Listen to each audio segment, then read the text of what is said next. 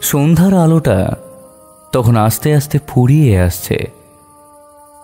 কলকাতার আকাশে এক অদ্ভুত স্যাঁতস্যাঁতে ধোঁয়া ভাসছে। আগস্ট মাসের ভ্যাপসা গরম, অথচ হালকা বাতাসটুকুও নেই। জানলার ধারে বসে আমি হঠাৎই মনে করলাম, এই সময়টাতেই রথিজিতের স্বভাবসিদ্ধ অভ্যাস কেমন যেন চুপচাপ হয়ে যায়। ঘড়ির কাঁটায় 7:25 বাজতেই আমরা সাধারণত একসঙ্গে চা খাই। বাড়িতে বসে আমি সংবাদপত্র উল্টাচ্ছিলাম। রথিজিৎ তখন নিজের চশমার ফাঁক দিয়ে কোনো নোট বই উল্টে যাচ্ছিল। হঠাৎই ডাক পিয়নের আওয়াজ এলো। রথিজিৎ বাবু, রথিজিৎ বাবু, টেলিগ্রাম এসেছে, টেলিগ্রাম। আমি চমকে উঠলাম। বেচারাম পিয়নের থেকে খামটি নিয়ে দিলে দেখলাম রথিজিৎ ধীরে ধীরে চেয়ারে হেলান দিয়ে চশমাটা খুলে নিল। তার সেই স্থির দৃষ্টি, যেখানে উত্তেজনা নেই অথচ অদ্ভুত কৌতূহল সবসময় থাকে, আমাকে তাকিয়েই বুঝতে দিল যে খবরটা নেহাত মামুলি নয়। খামটা তার দিকে বাড়ালাম, কিন্তু ভ্রুয়ের ইশারায় সে সেইটা আমাকেই পড়তে বলল। খামটা হাতে নিয়ে আমি পড়লাম, ওরা আমাকে ছাড়বে না, ওরা চায় না এসব লোক সমাজের সামনে আসুক। রথিজিৎবাবু কিছু করুন। সম্বিত। টেলিগ্রামের অক্ষরগুলো অদ্ভুতভাবে কাঁপা কাঁপা, যেন তাড়াহুড়ো করে লেখা। আমি ফিসফিস করে বললাম, এই সম্বিত এ আবার কে? রথিজিৎ চুপচাপ আমার হাত থেকে কাগজটা নিল। পড়া শেষ করে দীর্ঘক্ষণ নীরব রইল। তারপর ধীরে ধীরে বলল, বিজয়, নামটা তোমার অচেনা হলেও আমি চিনি। কিছুদিন আগে ওর সঙ্গে দেখা হয়েছিল। তরুণ বয়সী শিল্পী, বর্ধমানের এক পুরনো জমিদার বাড়ি, চণ্ডী মন্দির ভবন, ওখানে ছবি আঁকতে গিয়েছিল। ওর বাবা ছিলেন ইতিহাসের অধ্যাপক। সম্বিত নিজেও প্রাচীন দলিলপত্র আর ছবি নিয়ে গভীর গবেষণা করছিল। বেশ কিছুদিন আগে হঠাৎ এনার সাথে আমার দেখা হয়েছিল রাস্তাতে। সে আমাকে চিনতে পেরে আমার দিকে এগিয়ে আসে কথা বলার জন্য। তেমন কিছু কথাবার্তা প্রথমে হয়নি। নমস্কারাদি বিনিময়ের পর হঠাৎই সে আমাকে ওই জমিদার বাড়ির সম্পর্কে বলতে শুরু করে। আমি এই বিষয়ে জানি কিনা, আর তারপরে তো আমাকে তার সঙ্গে যাওয়ার কথাও বলে। আমার তো জানোই কিরকম চাপের মধ্যে সবকিছু চলে। তবে বোধহয় কোনো রহস্য ওখানে চাপা আছে, আর ও বোধহয় তারই সন্ধান করায় এই বিপত্তি এসে উপস্থিত হয়েছে। কিন্তু প্রথমে তো ও তান্ত্রিকারে কি সব বলেছিল। আমি ভুরু কুঁচকে জিজ্ঞাসা করলাম, তাহলে ও কেন তোমাকে টেলিগ্রাম পাঠাবে? রথিজিৎ হালকা হেসে বলল, কারণ ওর মনে হচ্ছে ও বিপদে পড়েছে। খেয়াল করো, বার্তাটার ভেতরে একটা কথা আছে। ওরা চায় না এসব লোক সমাজের সামনে আসুক, অর্থাৎ কোনো গোপন রহস্য যা ও প্রকাশ করতে চাইছিল, আর তাই প্রাণনাশের হুমকি। আমি বললাম, তাহলে আমাদের কি করা উচিত? রথিজির চোখ বন্ধ করে কিছুক্ষণ ভাবল, তারপর বলল, অপেক্ষা করো। আমি আশঙ্কা করছি সম্বিতের এই আতঙ্কের পেছনে আছে বহু পুরনো কাহিনী। কারণ যে জমিদার বাড়ির কথা ও আমাকে বলেছিল, সেটা শুনেছিলাম নাকি অভিশপ্ত। ঠিক কী কারণে তা অবশ্য জানা নেই।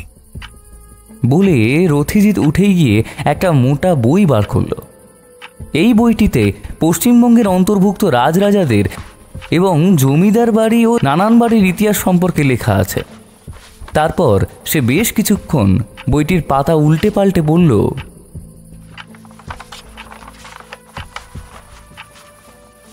হ্যাঁ, এই দেখো চণ্ডী মন্দির ভবন। আজ থেকে প্রায় 40 বছর আগে কি তারও আগে শেষ উপস্থিতি পাওয়া যায়, কিন্তু কানাঘুষো আছে শেষ বংশের উত্তরসূরিকে মেরে এক ভণ্ডতান্ত্রিক জমিদার বাড়ি দখল করে নিয়েছিল। তারপর থেকে সেই সম্পর্কে আর কিছু জানা যায়নি, যদিও বা পরবর্তীকালে সেটা মানতে তারা অস্বীকার করে এবং সরকার দ্বারা অনুমোদিত হয় যে তারাই হচ্ছে আসল উত্তরসূরি। ঠিক তখনই ফোনটা বেজে উঠল। আমি রিসিভ করতেই ওপার থেকে ভাঙা ভাঙা গলা শোনা গেল। শব্দ কাঁপছিল, যেন প্রচণ্ড ভয় ভিতরে জমে আছে। আমি সম্বিত বলছি। রথিজিৎ বাবু আছেন? আমি তড়িঘড়ি রথিজিৎকে ফোন ধরিয়ে দিলাম। হ্যালো সম্বিত, শান্ত হও, কি হয়েছে? রথিজিৎ শান্ত গলায় বলল। সম্বিত হাঁপানির মতো নিঃশ্বাস নিতে নিতে উত্তর দিল, ওরা আমাকে খুঁজছে। আমি জানি চণ্ডী মন্দির ভবনের ইতিহাসটা পুরো ভুয়ো। তান্ত্রিক শিবকালী নন্দী সে যে বড় প্রতারক একটা। জমিদারের সমস্ত সম্পত্তি, তার সমস্ত সম্পত্তিটাকে হাতানোর জন্য একে একে ও সবাইকে খুন করে দিয়েছে। আমি প্রমাণ পেয়েছি, কিন্তু ওরা যে আমাকে শেষ করে দেবে। এরপর হঠাৎ লাইনটা কেটে গেল। আমি হতভম্ব হয়ে রথিজিতের দিকে তাকালাম। সে ঠান্ডা মাথায় টেবিলের উপর হাত রাখল। বিজয়, বুঝতে পারছো, সম্বিত শুধু শিল্পী নয়, একজন অনুসন্ধানীও বটে, আর তাই বিপদে পড়েছে। আমি বললাম, তাহলে এখনই তো আমাদের ওইখানে যাওয়া উচিত। রথিজিৎ ধীরে ধীরে মাথা নেড়ে বলল, তাড়াহুড়ো করলে কোনো কাজ হবে না, আমাদের অপেক্ষা করতে হবে, কারণ এখনো আমাদের হাতে যথেষ্ট তথ্য নেই। তবে মনে হচ্ছে অচিরেই খবরটা আসবে। এইসব কথাবার্তার পর আমি আবারও সংবাদপত্র নিয়ে বসে পড়ি। হঠাৎই সংবাদপত্রের এক বিশেষ সংস্করণ আমার চোখে পড়ল। মোটা শিরোনামে লেখা, খ্যাতনামা ইতিহাসবিদ ডক্টর রমাপ্রসাদ মুখোপাধ্যায়ের খুন, যিনি একজন প্রফেসর ছিলেন। কি কি কি পড়লে বিজয়? পুরোটা পড়ো। আমি হতবাক হয়ে পড়লাম। সংবাদে লেখা, ডক্টর মুখোপাধ্যায়কে পাওয়া গেছে নিজের বাড়িতে মৃত অবস্থায়। গলায় পেঁচানো ছিল এক অদ্ভুত রকমের সুতো, যেটি সাধারণ নয়, বরং তান্ত্রিক আচার অনুষ্ঠানে ব্যবহৃত হয়। এটা যাচাই করা হয়েছে এক ফরেন্সিক টিমের কাছ থেকে। তারা জানিয়েছে বেশ অনেক বছর আগে এমনই কয়েকটা মৃত্যু তাদের চোখে পড়েছিল, কিন্তু 2-3টে মৃত্যুতে একই প্যাটার্ন দেখতে পাওয়ার পর আর দেখা যায়নি। এখন আবার এই খুনটাতে দেখতে পাওয়া যাচ্ছে। রথিজিৎ সংবাদটা শুনেই চুপচাপ জানলার বাইরে তাকালো, যেন অনেক দূরে কোথাও কোনো অদৃশ্য সূক্ষ্ম রেখায় খুনের সাথেই সম্বিতের টেলিগ্রামটা জুড়ে গেছে। আমি চুপচাপ বসে থাকতে না পেরে জিজ্ঞেস করলাম, তুমি কি ভাবছো? রথিজিৎ আস্তে আস্তে বলল, বিজয়, সম্বিতের টেলিগ্রাম আর এই খুন দুটো আলাদা ঘটনা নয়। ডক্টর মুখোপাধ্যায় সম্ভবত সম্বিতকে সাহায্য করেছিলেন চণ্ডী মন্দির ভবনের রহস্য খুঁজে বের করতে, আর সেই জন্যই তাকে মেরে ফেলা হলো। আমি চমকে উঠলাম। তাহলে সম্বিত বিপদে আছে? রথিজিৎ গম্ভীরভাবে মাথা নেড়ে বলল, হ্যাঁ, যদি এখনো বেঁচে থাকে তাহলে খুব বেশি সময় আমাদের হাতে নেই। ঘরের ভিতর যেন হঠাৎ ঠান্ডা হাওয়া বয়ে গেল। বাইরে রাত গভীর হচ্ছিল। কলকাতার ট্রামের ঘণ্টার ধ্বনি দূরে মিলিয়ে যাচ্ছিল, অথচ আমার বুকের ভিতর ক্রমশ জমাট বাঁধছিল এক অজানা ভয়। রথিজিৎ উঠে দাঁড়িয়ে ধীরে জানালার দিকে এগিয়ে গেল। তারপর বলল, বিজয়, মনে হচ্ছে এবার আমাদের বর্ধমান যাওয়া ছাড়া আর কোনো উপায় নেই। চণ্ডী মন্দির ভবনের ভেতরে লুকিয়ে আছে এক পুরনো ইতিহাস, যেটা আজও বর্তমানকে গ্রাস করছে। আর সেই ইতিহাসই আমাদের সকলের সামনে আনতে হবে। আমি চুপ করে রইলাম। রথিজিতের কণ্ঠে যে দৃঢ়তা আমি শুনলাম তাতে আমার গা শিউরে উঠল। সেদিন রাতেই আমি ডায়েরিতে লিখেছিলাম, আজ থেকে শুরু হলো এক নতুন রহস্য। টেলিগ্রামের ছায়া আমাদের ঠেলে নিয়ে যাচ্ছে এক অদ্ভুত চক্রব্যূহের ভেতরে, যেখান থেকে বেরোনো হয়তো সহজ হবে না। আমি চুপ করে রইলাম। রথিজিতের মুখভঙ্গি আমি অনেকবার দেখেছি, কখনো শান্ত, কখনো চিন্তিত, আবার কখনো রহস্যবেদী তীক্ষ্ণতা। কিন্তু সেদিন যে মুখ দেখলাম সেখানে এক অদ্ভুত দৃঢ়তা মিশেছিল। সম্বিতের টেলিগ্রাম ও অধ্যাপক রমাপ্রসাদ মুখোপাধ্যায়ের হত্যার সংবাদ দুটো যেন একই সূত্রে বাঁধা। আমি বললাম, আচ্ছা রথিজিৎ কাল সকালেই না হয় রওনা দিই বর্ধমানের উদ্দেশ্যে? সে ধীরে সিগারেটটা ধরিয়ে বলল, না বিজয়, প্রথমে আমাদের কলকাতায় কিছু খোঁজ খবর নিতে হবে। ডক্টর মুখোপাধ্যায় সম্বিতের গুরু এবং ঘনিষ্ঠ। খুনটা হঠাৎ হয়নি, পরিকল্পিত। আর খুনির কাছে তান্ত্রিক সুতোর ব্যবহার নিছক কাকতালীয় হতে পারে না। আমি বললাম, তুমি কি মনে করছো ভণ্ডতান্ত্রিক শিবকালী নন্দীর বংশধরের হাত আছে এ ঘটনায়? রথিজিৎ কেবল হালকা হেসে উত্তর দিল, অনুমান নয় বিজয়, প্রমাণ চাই। প্রথমে খুঁজে বের করতে হবে ডক্টর মুখোপাধ্যায়ের কি তথ্য হাতে এসেছিল। আর সেই কারণেই কালকে আমরা একটা জায়গায় যাব। তৈরি থেকো।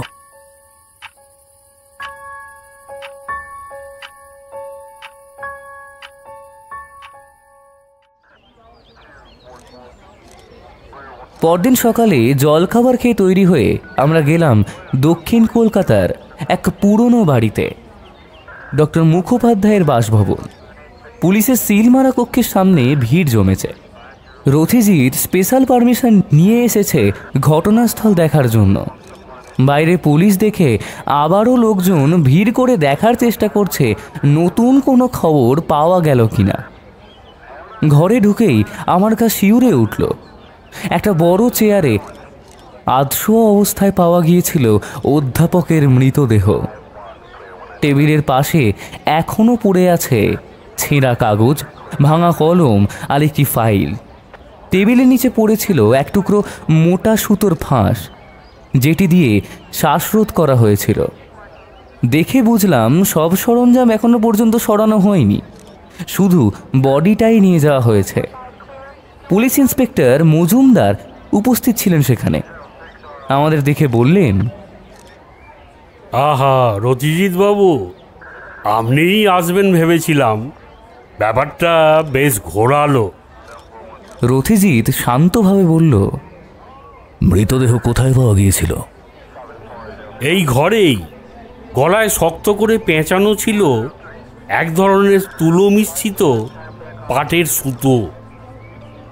ল্যাব রিপোর্ট বলছে এ সুতো সাধারণত বাজারে মেলে না, কেবল পুরনো ধাঁচের তান্ত্রিক আনুষ্ঠানিকতায় ব্যবহৃত হয়। আমি শিউরে উঠলাম। মনে পড়ল সম্বিত ফোনে বলেছিল ভণ্ডতান্ত্রিক শিবকালী একে একে সবাইকে খুন করেছিল জমিদার বাড়ি দখলের জন্য। তবে কি সেই কাহিনী আবার ফিরে আসছে? খবরের কাগজেও একই কথা।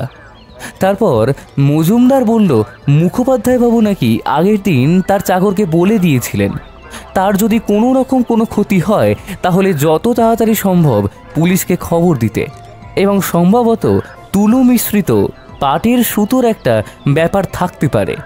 আর এটা জাতা সুতো নয়, তান্ত্রিক ক্রিয়াতে ব্যবহৃত হয়। রথিজিৎ বলল, আচ্ছা, তার মানে খবরের কাগজে ফরেনসিক রিপোর্টের নামে যেটা বেরিয়েছিল সেটা তো মনে হচ্ছে যাচাই করতেই হয়নি, স্বয়ং ডক্টরই বলে গিয়েছিলেন। মজুমদার অপ্রস্তুতভাবে হাসার চেষ্টা করেও থমকে গেল। রথিজিৎ তার দিকে না তাকিয়ে এদিক ওদিক খুঁটিয়ে দেখছিল। হঠাৎ টেবিলের নিচ থেকে তুলে আনলো একটা ছোট্ট নোটবুক। পাতাগুলো কুঁচকে গেছে, কিন্তু ভেতরে হাতে লেখা কিছু বাক্য স্পষ্ট। সে নোটবুক উল্টে পড়তে পড়তে বিড়বিড় করল। চণ্ডী মন্দির ভবনের দেওয়ালে খোদাই করা শ্লোক, প্রশ্নের খেলা, উত্তর না জানলে মৃত্যু নিশ্চিত। আমি জিজ্ঞেস করলাম, আচ্ছা এর মানে কি? রথিজিৎ বলল, ডক্টর মুখোপাধ্যায়ও প্রাসাদের ভিতরে খোদাই করা শ্লোকের কথা জানতেন। হয়তো সম্বিতের সাহায্যে এর ভেদ খুঁজছিলেন। মজুমদার গম্ভীরভাবে বললেন, কিন্তু খুনির উদ্দেশ্য কি? নাকি কেবল প্রাচীন কুসংস্কারের ভয়ে এ হত্যা? রথিজিৎ মাথা নেড়ে বলল, না, এর পেছনে অর্থ আর সম্পত্তির লোভ আছে। শিবকালী নন্দীর প্রেতাত্মা নয়, বরং তার নামটাকে ব্যবহার করছে কেউ। আর সম্বিত যেহেতু সত্যের কাছাকাছি পৌঁছে গিয়েছিল, ওকেও টার্গেট করেছে।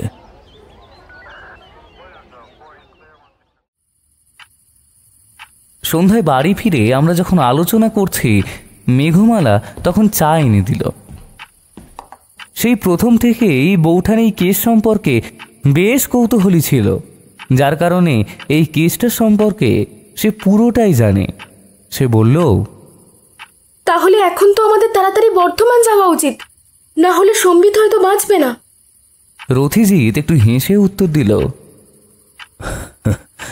তুমি ঠিক বলেছ। তবে যাওয়ার আগে আমাদের জানা দরকার ডক্টর মুখোপাধ্যায় কার সঙ্গে যোগাযোগ রাখতেন। হয়তো কোনো ছাত্র, হয়তো গ্রাম থেকে আসা কেউ, যে আমাদের খুনির হদিশ দিতে পারবে। আমি বললাম, কিন্তু রথিজিৎ যদি সম্বিত ইতিমধ্যেই... সে গম্ভীরভাবে আমাকে থামিয়ে দিল। না বিজয়, আমি বিশ্বাস করি ও এখনো বেঁচে আছে, কারণ খুনির উদ্দেশ্য এখনো পূর্ণ হয়নি। মেঘমালা চুপ করে দাঁড়িয়ে রইল, তার চোখে মুখে স্পষ্ট উদ্বেগ। রাত প্রায় 9:30। ঠিক তখনই দরজায় কড়া নাড়ার শব্দ হলো। আমি আমার ঘরেই ছিলাম, আর রথিজিৎ তার নিজের ঘরে। গিয়ে দরজা খুলতেই দেখি এক অচেনা লোক, ম্লান পোশাক, কুঁচকে যাওয়া মুখ আর চোখ দুটো ভয়ানক আতঙ্কে ভরা। সে ভেতরে ঢুকেই হাঁপড়ের মতো হাঁপাতে লাগলো। রথিজিৎ বাবু, আমাকে বাঁচান আপনি, ওরা ওরা আমাকে মেরে ফেলবে। আমি বিস্মিত হয়ে জিজ্ঞাসা করলাম, আরে আপনি কে? লোকটা কাঁপতে কাঁপতে উত্তর দিল, আমি আমি গোপাল, আমি সম্বিতের বন্ধু। ওর সঙ্গে চণ্ডী মন্দির ভবনে গিয়েছিলাম, কিন্তু ও হঠাৎ কেমন অদ্ভুত আচরণ করতে লাগলো। বলছিল ছবির ছায়ায় অতিরিক্ত মুখ লুকিয়ে আছে, আর এই বাড়ির ইতিহাস সব ভুল, আর তারপরেই ও নিখোঁজ। আমি গ্রামে গিয়ে দেখলাম সবাই আমাকে সন্দেহ করছে, তাই আমি কলকাতায় পালিয়ে এসেছি। ইতিমধ্যে রথিজিৎ তার ঘর থেকে বেরিয়ে এসেছে। সে শান্তভাবে তাকে বসতে বলল। তুমি কি জানো সম্বিত এখন কোথায়? গোপাল মাথা ঝাঁকিয়ে বলল, না, কিন্তু আমি জানি ওর কাছে ছিল ওই জমিদার বাড়ির পুরনো ডায়েরি, আর সেই ডায়েরি থেকেই সব রহস্য ফাঁস হতো। রথিজিৎ চোখ সরু করে তাকালো। ডায়েরি? সেটা কোথায়? গোপাল কাঁপা গলায় উত্তর দিল, আমি তো তা জানি না, হয়তো ওর কাছেই ছিল, হয়তো কেউ কেড়ে নিয়েছে। লোকটার কণ্ঠে আতঙ্ক সত্যি স্পষ্ট ছিল। রথিজিৎ গোপালকে কোনো মতে বুঝিয়ে তাকে বাড়ি পাঠায়, তাকে আশ্বস্ত করে যে রথিজিৎ আছে, তার বা তার বন্ধুর কোনো ক্ষতি হতে দেবে না সে। গোপালের কথায় কিছু নতুন ব্যাপার আমাদের সামনে খোলসা হয়ে এলো। সম্বিত সত্যি ওই পুরনো বাড়ির ইতিহাস সম্পর্কে আসল সত্য জেনে গিয়েছিল, বা সেই সত্য সবার সামনে এনেছিল, আর যার কারণেই সে আজ বিপদের সামনে এসে পড়েছে। গোপাল চলে গেলে আমি রথিজিৎকে বললাম, তুমি কি লোকটার কথা বিশ্বাস করছো? সে গম্ভীরভাবে উত্তর দিল, ও ভীত, কিন্তু মিথ্যে বলছে বলে মনে হচ্ছে না। সম্বিতের কাছে সত্যি কিছু গুরুত্বপূর্ণ দলিল ছিল মনে হচ্ছে, যেটাকে সে ডায়েরি হিসেবে বর্ণনা করছিল। এখন আমাদের কাছে 3টি সূত্র স্পষ্ট: সম্বিতের টেলিগ্রাম, ডক্টর মুখোপাধ্যায়ের খুন, আর চণ্ডী মন্দির ভবনের দেওয়ালে প্রশ্নের খেলা। এই 3টির যোগসূত্র আমাদের বর্ধমানে নিয়ে যাবে। তবে এই প্রশ্নের খেলা বিষয়টা কি, সেটাই হচ্ছে আসল ব্যাপার। কারণ হয়তো এটাই আমাদের সম্বিতের রাস্তায় নিয়ে যাবে। তবে একটা জিনিস স্পষ্ট, এই অভিযান বেশ ঝুঁকিপূর্ণ। আমি বললাম, তাহলে কবে রওনা হব? রথিজিৎ জানলার বাইরে তাকিয়ে বলল, আগামীকাল ভোরেই। ইচ্ছে তো তাই আছে, কিন্তু মেঘ বোধ হয় যাওয়ার জন্য জেদ করবে। ওটাই শুধু একটু ভাববার বিষয়। যেখানে আমাদেরই তীব্র ক্ষতি হওয়ার সম্ভাবনা, সেখানে মেঘকে নিয়ে গিয়ে নিজেদের দুর্বলতা বাড়িয়ে কি লাভ আছে? রাত প্রায় 12টা। মেঘমালা জামা কাপড় গুছিয়ে দেবে বলেছিল, কিন্তু সে বেচারি একা কত করবে? রথিজিতের জামা কাপড় তাকেই গুছিয়ে দিতে হবে। তাই আমি নিজেরটা নিজেই গুছিয়ে নিতে যাচ্ছি, তারপর শুতে যাব। এমন সময় হঠাৎ জানলার বাইরে একটা অদ্ভুত শব্দ শুনতে পেলাম। মনে হলো কেউ যেন পাথরের মেঝেতে খোদাই করছে। চমকে জানালার ধারে গিয়ে দেখি একটা অচেনা ছায়ামূর্তি নিচে দাঁড়িয়ে, তার হাতে চকচকে কিছু একটা, হয়তো ছুরি। সেই মুহূর্তেই আকাশে বিদ্যুতের ঝলকানি হলো, আর আলোয় স্পষ্ট দেখলাম লোকটা দেওয়ালে আঙুল দিয়ে একটা শব্দ লিখছে, চক্রব্যূহ। এরপর মুহূর্তেই মিলিয়ে গেল যেন অন্ধকারে। আমি হাঁ করে তাকিয়ে রইলাম। রথিজিৎ পিছন থেকে এসে ঠান্ডা গলায় বলল, বিজয়, এবার খেলা শুরু। আমরা এমন এক চক্রব্যূহে পা দিলাম যেখান থেকে বেরোনো সহজ হবে না।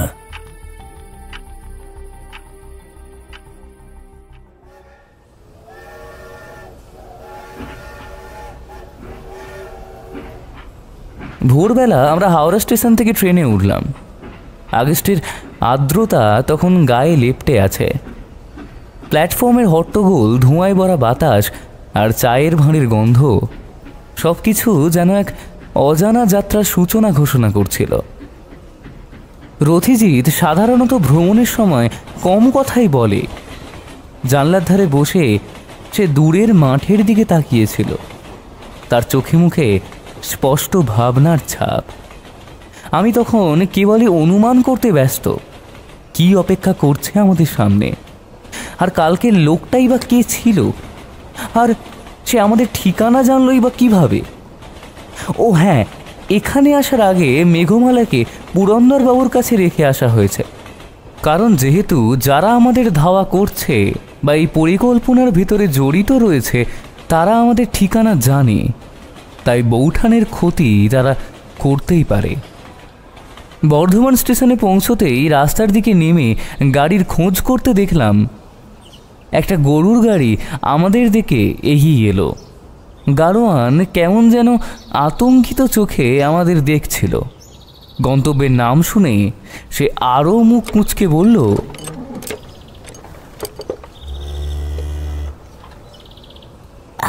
মানে চণ্ডী মন্দির ভবন, ওখানে যাওয়া কি খুব দরকার বাবু? এই গ্রামের লোকজনের সন্ধ্যার পর ওদিক মানায় না। ওদের বাড়িতে অভিশাপ লেগে আছে গো, ওদিকে যেতে নেই। রথিজিৎ শান্তভাবে উত্তর দিল, আমাদের কাজ ওখানেই। 2 ঘন্টার কাঁচা রাস্তার ঝাঁকুনির শেষে দূরে দেখা গেল একটা প্রাসাদ। বিশাল অট্টালিকা, কিন্তু জীর্ণ, যেন বহুদিনের অবহেলায় ধসে পড়ছে। উঁচু খিলান, ভাঙা সিংহদ্বার আর শ্যাওলায় ঢাকা সিঁড়ি। ওপরে কালো পাথরে খোদাই করা একটা নাম ফলক, চণ্ডী মন্দির ভবন। প্রাসাদের গায়ে যেন এক অদৃশ্য অন্ধকার লেপ্টে আছে। আমি প্রথম থেকেই কেমন যেন অস্বস্তি অনুভব করলাম। তবে রথিজিতের কাছে শুনেছি এই জমিদার বাড়িটা 2 ভাগে বিভক্ত। প্রধান যে অট্টালিকা আছে তাতে ওই তান্ত্রিকের বংশের লোকজনেরা থাকেন, আর আমরা প্রথমে সেই বাড়িতে গিয়ে উঠব। এবং আরেকটি অংশ চণ্ডী মন্দির। এই চণ্ডী মন্দিরের সাথে লাগোয়া একটি বাড়িতে আগেকার জমিদারের উত্তরসূরিরা থাকেন, সেটিও বেশ বিরাট। সেখানে আমরা এই বাড়িতে থাকার পর থাকব। এই তথ্যগুলো আমাদের অনেক কষ্টে জোগাড় করতে হয়েছে। গাড়োয়ান আর এগোতে চাইল না, আমাদের নামিয়ে দিয়ে তড়িঘড়ি উল্টো দিকে চলে গেল। প্রত্যেক জমিদার বাড়ি বা প্রাসাদ বাড়িতে একটা না একটা দ্বাররক্ষী তো থাকেই, কিন্তু এখানে তেমন কাউকে চোখেই পড়ল না। সেই জন্য আমরা নিজেরাই ভারী দরজা ঠেলে ভিতরে ঢুকলাম। বাড়ির ভিতরে ঢুকতেই ঘন একটা গন্ধ নাকে এলো। রথিজির পুরন্দরবাবুর সাহায্য নিয়ে আগেই 2 বাড়িতে খবর পাঠিয়ে দিয়েছিলেন যে 2 প্রেততত্ত্ববীর আপনাদের জমিদার বাড়ির রহস্য সমাধান করতে আসবে এবং ডক্টর মুখোপাধ্যায়ের মৃত্যু নিয়েও কিছু কথা বলার আছে। তারা সরকার দ্বারা অনুমোদিত, তাই আশা করছি বাড়ির লোকজন ইতিমধ্যেই আমাদের বিষয়ে জেনে গেছেন। আমাদের প্রেততত্ত্ববিদভাবেই পরিচয় দেওয়া হয়েছে, যাতে কেউই আমাদের আসল পরিচয়টা জানতে না পারে। আমি বললাম, আচ্ছা রথিজিৎ, একটা কথা বলো তো, তোমার যে বইটা ছিল সেখানে তো দেখলাম, মানে তুমি বললে যে তান্ত্রিকের পরিবার আর এখানে নেই, কিন্তু তাহলে এখন 2টো পরিবার কি করে হলো? বিষয়টা তো এখন থেকেই কিরম পেঁচালো মনে হচ্ছে। পেঁচিয়ে তো আছেই বিজয়, এবং এমনভাবে পেঁচিয়ে আছে যে সেই জট ছাড়ানো খুব একটা সহজ হয়ে উঠবে না। তবে আমাদের খুব সতর্ক থাকতে হবে। প্রতিটা ক্ষণ, প্রতিটা মুহূর্ত আমাদের খুব সাবধানে এবং তৈরি থাকতে হবে। তাহলে কি সমস্তটাই মিথ্যে? যাই হোক, রথিজি তার কোনো উত্তর দিল না। আমরা ঢোকা মাত্রই প্রথমে আমাদের স্বাগত জানালেন গৃহকর্ত্রী অম্বিকা দেবী।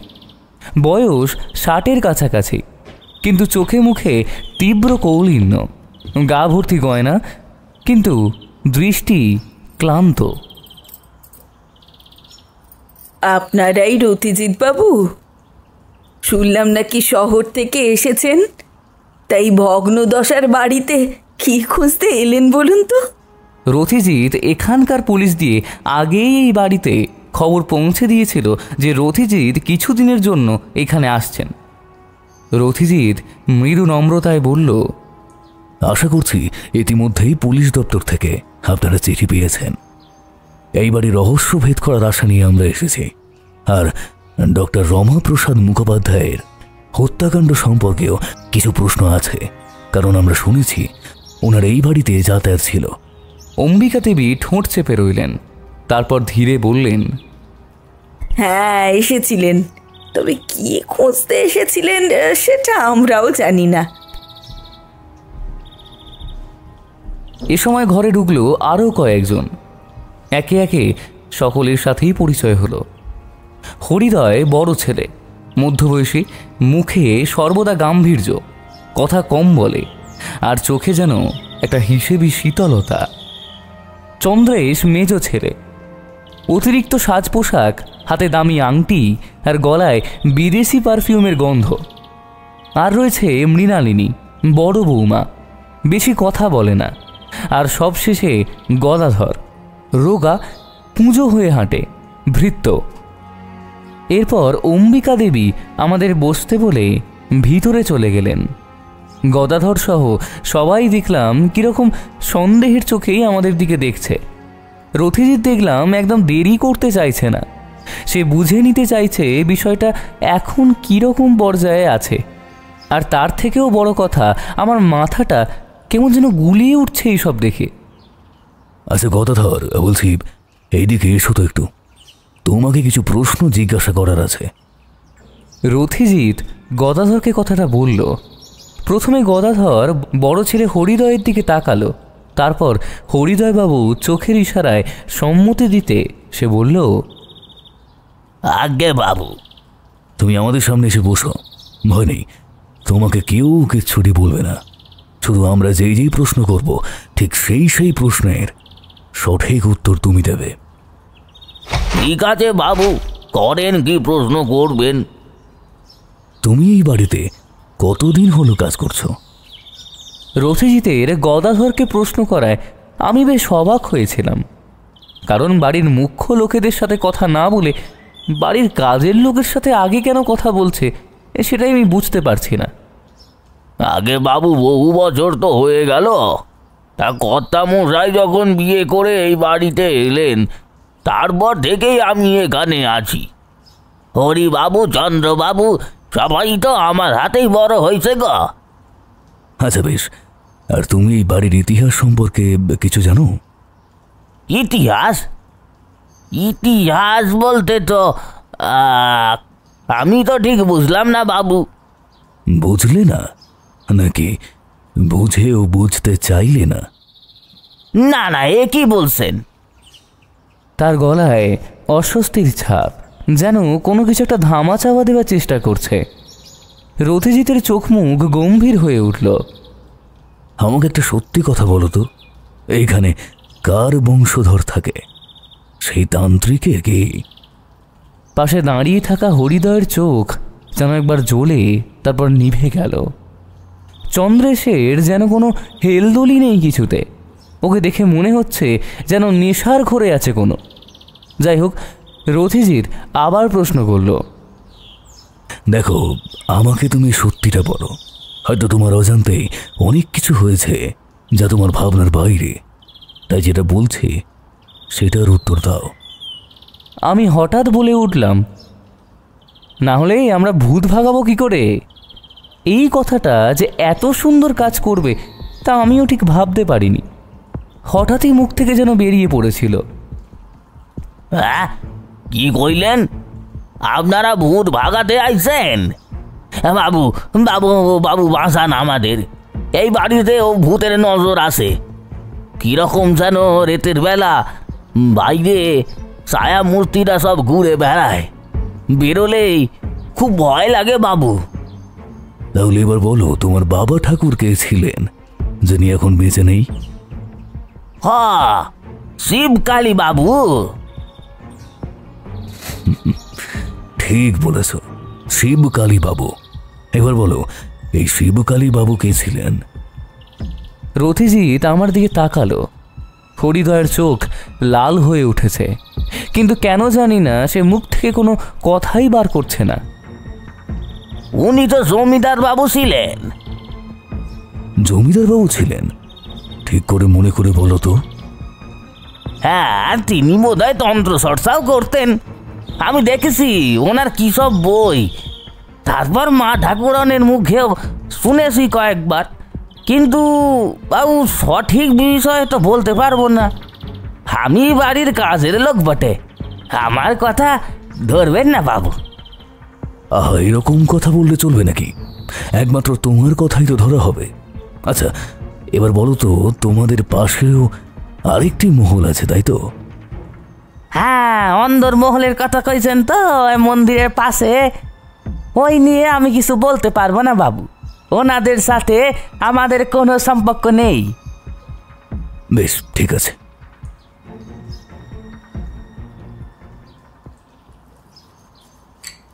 রথিজিৎ চুপ করল, আর কিছু বলল না।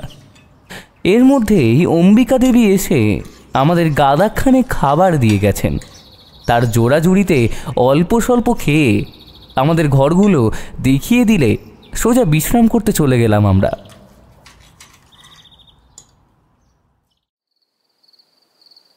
সন্ধ্যা নামতেই প্রাসাদের ভেতর কেমন যেন চাপা অন্ধকার নেমে এলো। ঘরের কোণে কোণে তেলচিটে আলো প্রদীপ, তবু চারপাশ যেন অদৃশ্য ছায়ায় ভরা। আমাদের থাকার ব্যবস্থা হলো এক পুরনো অতিথিশালায়। ভেতরে ধুলো জমা আলমারি, খাটে পুরনো সাদা মশারি। সারাদিন আর তেমন কিছু হলো না। রথিজিৎ শুধু এদিক ওদিক ঘুরে কাটিয়ে দিল। মশারির ভেতর ঢুকতেই আমি হঠাৎ অনুভব করলাম কেউ যেন বাইরে থেকে তাকিয়ে রয়েছে। কিন্তু জানলা খুলে দেখলাম শুধু ঝোপঝাড় আর রাতের ঝিঁঝির ডাক। আমি রথিজিৎকে বললাম, এই বাড়িটাতে কিছু একটা গড়বড় আছে রথিজিৎ, বুঝলে? মানে কীরকম একটা যেন হচ্ছে, মানে মনে হচ্ছে কেউ যেন আমাদের খালি খালি নজর রাখছে। হ্যাঁ বিজয়, সেটা আমিও লক্ষ্য করেছি, এবং লক্ষ্য করেছি বলেই বলতে পারো পুরো বাড়িটা একবার ঘুরে দেখছিলাম, কিন্তু কোথাও কিছু পেলাম না। যেন মনে হচ্ছে আগাম বার্তা পেয়ে তাও যা সূত্র পাওয়া যেত সেটাও যেন সরিয়ে ফেলা হয়েছে। আর যেন মনে হচ্ছে অদ্ভুতরেও কিছু ব্যাপার থাকতে পারে। রথিজিৎ হাসল। কি অদ্ভুতরে ব্যাপার? তুমি হাসছো? দেখছো না তান্ত্রিক তন্ত্র কি সব জড়িয়ে রয়েছে? তার উপর এই বাড়িতে আসা থেকে কিরকম যেন সব ঠেকছে। এরপর রথিজিৎ চুপ হয়ে গেল, চুপচাপ ঘরটা পর্যবেক্ষণ করছিল। হঠাৎ দেওয়ালে এক কোণায় আঙুল রাখল। সেখানে মলিন হয়ে যাওয়া খোদাইয়ের মতো কিছু লেখা আছে। মোমবাতির আলোয় পড়া গেল, প্রশ্নের খেলা শুরু হয়েছে, উত্তর না দিলে মৃত্যু অবধারিত। আমার বুকের ভেতর ঠান্ডা স্রোত বয়ে গেল। বাইরে তার উপর মশার বনবন বনবন গান বিরক্ত ধরিয়ে দিচ্ছিল। এসব যে কি হচ্ছে আমাদের সাথে সেটাই বোঝা দেয়। তার উপর জমিদার তান্ত্রিক দুটো মহল সব যেন ঘেঁটে যাচ্ছে। এরপর আমাদের রাতের খাবারের জন্য ডাক পড়ল। তারপর আমরা গেলাম খাবারের টেবিলে। খাবারের আয়োজন আবারও বিশালই হয়েছে। আশা থেকে এই জিনিসটাই আমার মনে একটা সুখ জাগাচ্ছে। কিছু তো একটা ভালো বিষয় হচ্ছে এখানে এসে, মানে খাওয়া দাওয়াটা। যাই হোক, খাচ্ছি, সবাই চুপই রয়েছে। এমন সময় হরিদয় বলল, আপনারা শহরের লোক, কিন্তু এখানে এসে অত ইতিহাস খোঁজার কোনো দরকার নেই। আমাদের পরিবারের অনেক সম্মানহানি হয়েছে ইতিমধ্যেই। চন্দ্রের শেষে যোগ করল, হ্যাঁ, পুরনো তান্ত্রিকদের কাহিনী দিয়ে এখন আর কেউ ভয় দেখাতে পারবে না। তবে সাবধান, যদি ঘর ছাড়া প্রেতাত্মাদের চটান ভালো হবে না। অম্বিকা দেবী ধমক দিলেন, আহ, চুপ করো, গেস্টদের সামনে এসব বলো না। আর কিছু কেউ বলল না। রথিজিৎ চুপচাপ খেয়ে আবার ঘরে চলে এলো। শুধু আসার আগে বলল, কাল আমরা অন্দরমহলে যাব, বিষয়টা গভীরে গিয়ে দেখতে হবে। দেখি প্রেতাত্মা কোথায় লুকিয়ে আছে। সেই রাতে আমরা ঘুমোতে যাচ্ছি, এমন সময় আচমকা দূরে ঘণ্টার শব্দ শোনা গেল, যারা মন্দিরে আরতির ঘণ্টা বাজছে। অথচ এই ভগ্ন প্রাসাদের পাশে যে মন্দির আছে সেটি তো বহু বছর ধরে পরিত্যক্ত। আমি দম বন্ধ করে শুনতে লাগলাম। রথিজিৎ জানালার ধারে দাঁড়িয়ে গম্ভীর গলায় বলল, এটা নিছক কাকতালীয় নয়, কেউ ইচ্ছে করে আমাদের বারবার ভয় দেখাচ্ছে। এমনকি খেতে বসেও ওরাও ওই চেষ্টাই করছিল। ভাগ্য ভালো আমরা সরকার অনুমোদিত, সেটা এরা জানে, না হলে একদিনও বোধহয় এখানে কাটাতে হতো না। রথিজিতের কথা শুনে আমার বুক কেঁপে উঠল। বাইরে তখন কেবলই অন্ধকার, কিন্তু মনে হচ্ছিল যেন ছায়ার আড়ালে কেউ ফিসফিস করে কথা বলছে। হঠাৎ গদাধর দরজার বাইরে এসে দরজায় আঁচড় খেটে দৌড়ে পালালো।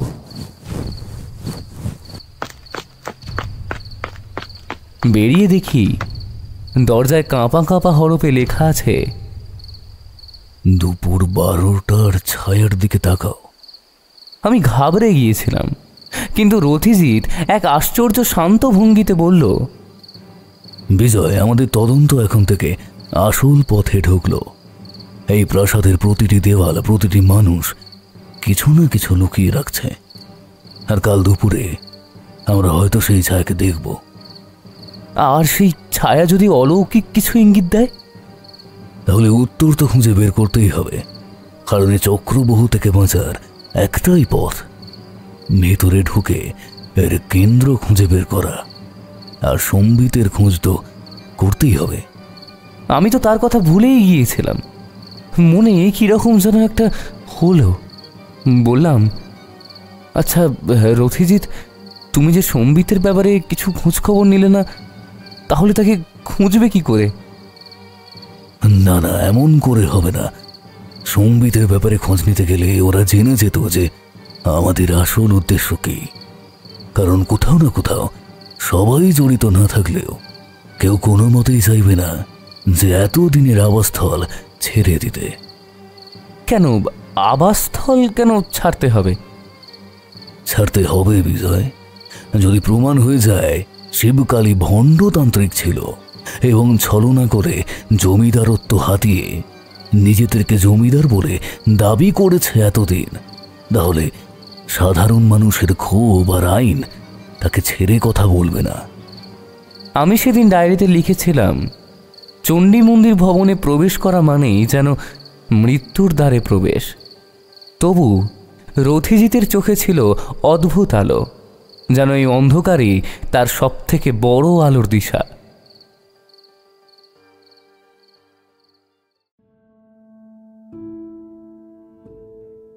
পরের দিন আমরা চণ্ডী মন্দিরে উপস্থিত হই। আমাদের মতে যারা আসল জমিদার বাড়ির উত্তরসূরি, যাদের বঞ্চিত করে এখান থেকে সরিয়ে দেওয়া হয়েছে, তাদের সাথে কথা বলার জন্য। চণ্ডী মন্দিরের পাশের বাড়ি দোরগড়ায় পা রাখতেই আমাদের মনে হলো যেন এক অদৃশ্য অন্ধকারের আবেশে ঢুকে গেলাম। বিকেলের আকাশ তখন ধূসর, ঝড় বৃষ্টির হালকা পূর্বাভাস মিলছে। ভেতরে পা দিতেই এক অদ্ভুত স্যাঁতস্যাঁতে গন্ধ নাকে এলো। ধূপের সঙ্গে মিশে আছে বহু বছরের বাসি কাঠের গন্ধ, আর যেন কোথাও গোপনে কেউ ধূপকাঠি জ্বালিয়ে রেখেছে। প্রবেশ মুখে আমাদের স্বাগত জানালো এক যুবক। প্রথমে ভৃত্য ভেবে বুঝতে পারিনি, কিন্তু তারপরে জানলাম সে জমিদার বাড়ির দূর সম্পর্কের কোনো আত্মীয়। তারা পিঁড়ি দর পিঁড়ি ধরে এই জমিদার বাড়ির ভৃত্যের পদে মোতায়েন রয়েছে। তার চোখে যেন এক অস্বাভাবিক শূন্যতা। বেশি কথা বলে না, শুধু ঠোঁট নাড়ল, কিন্তু তেমন কিছু শুনতে পেলাম না। পরে জানলাম ওর নাম বিজন। বেশি কথা বলে না, খুব কম কথা বলে।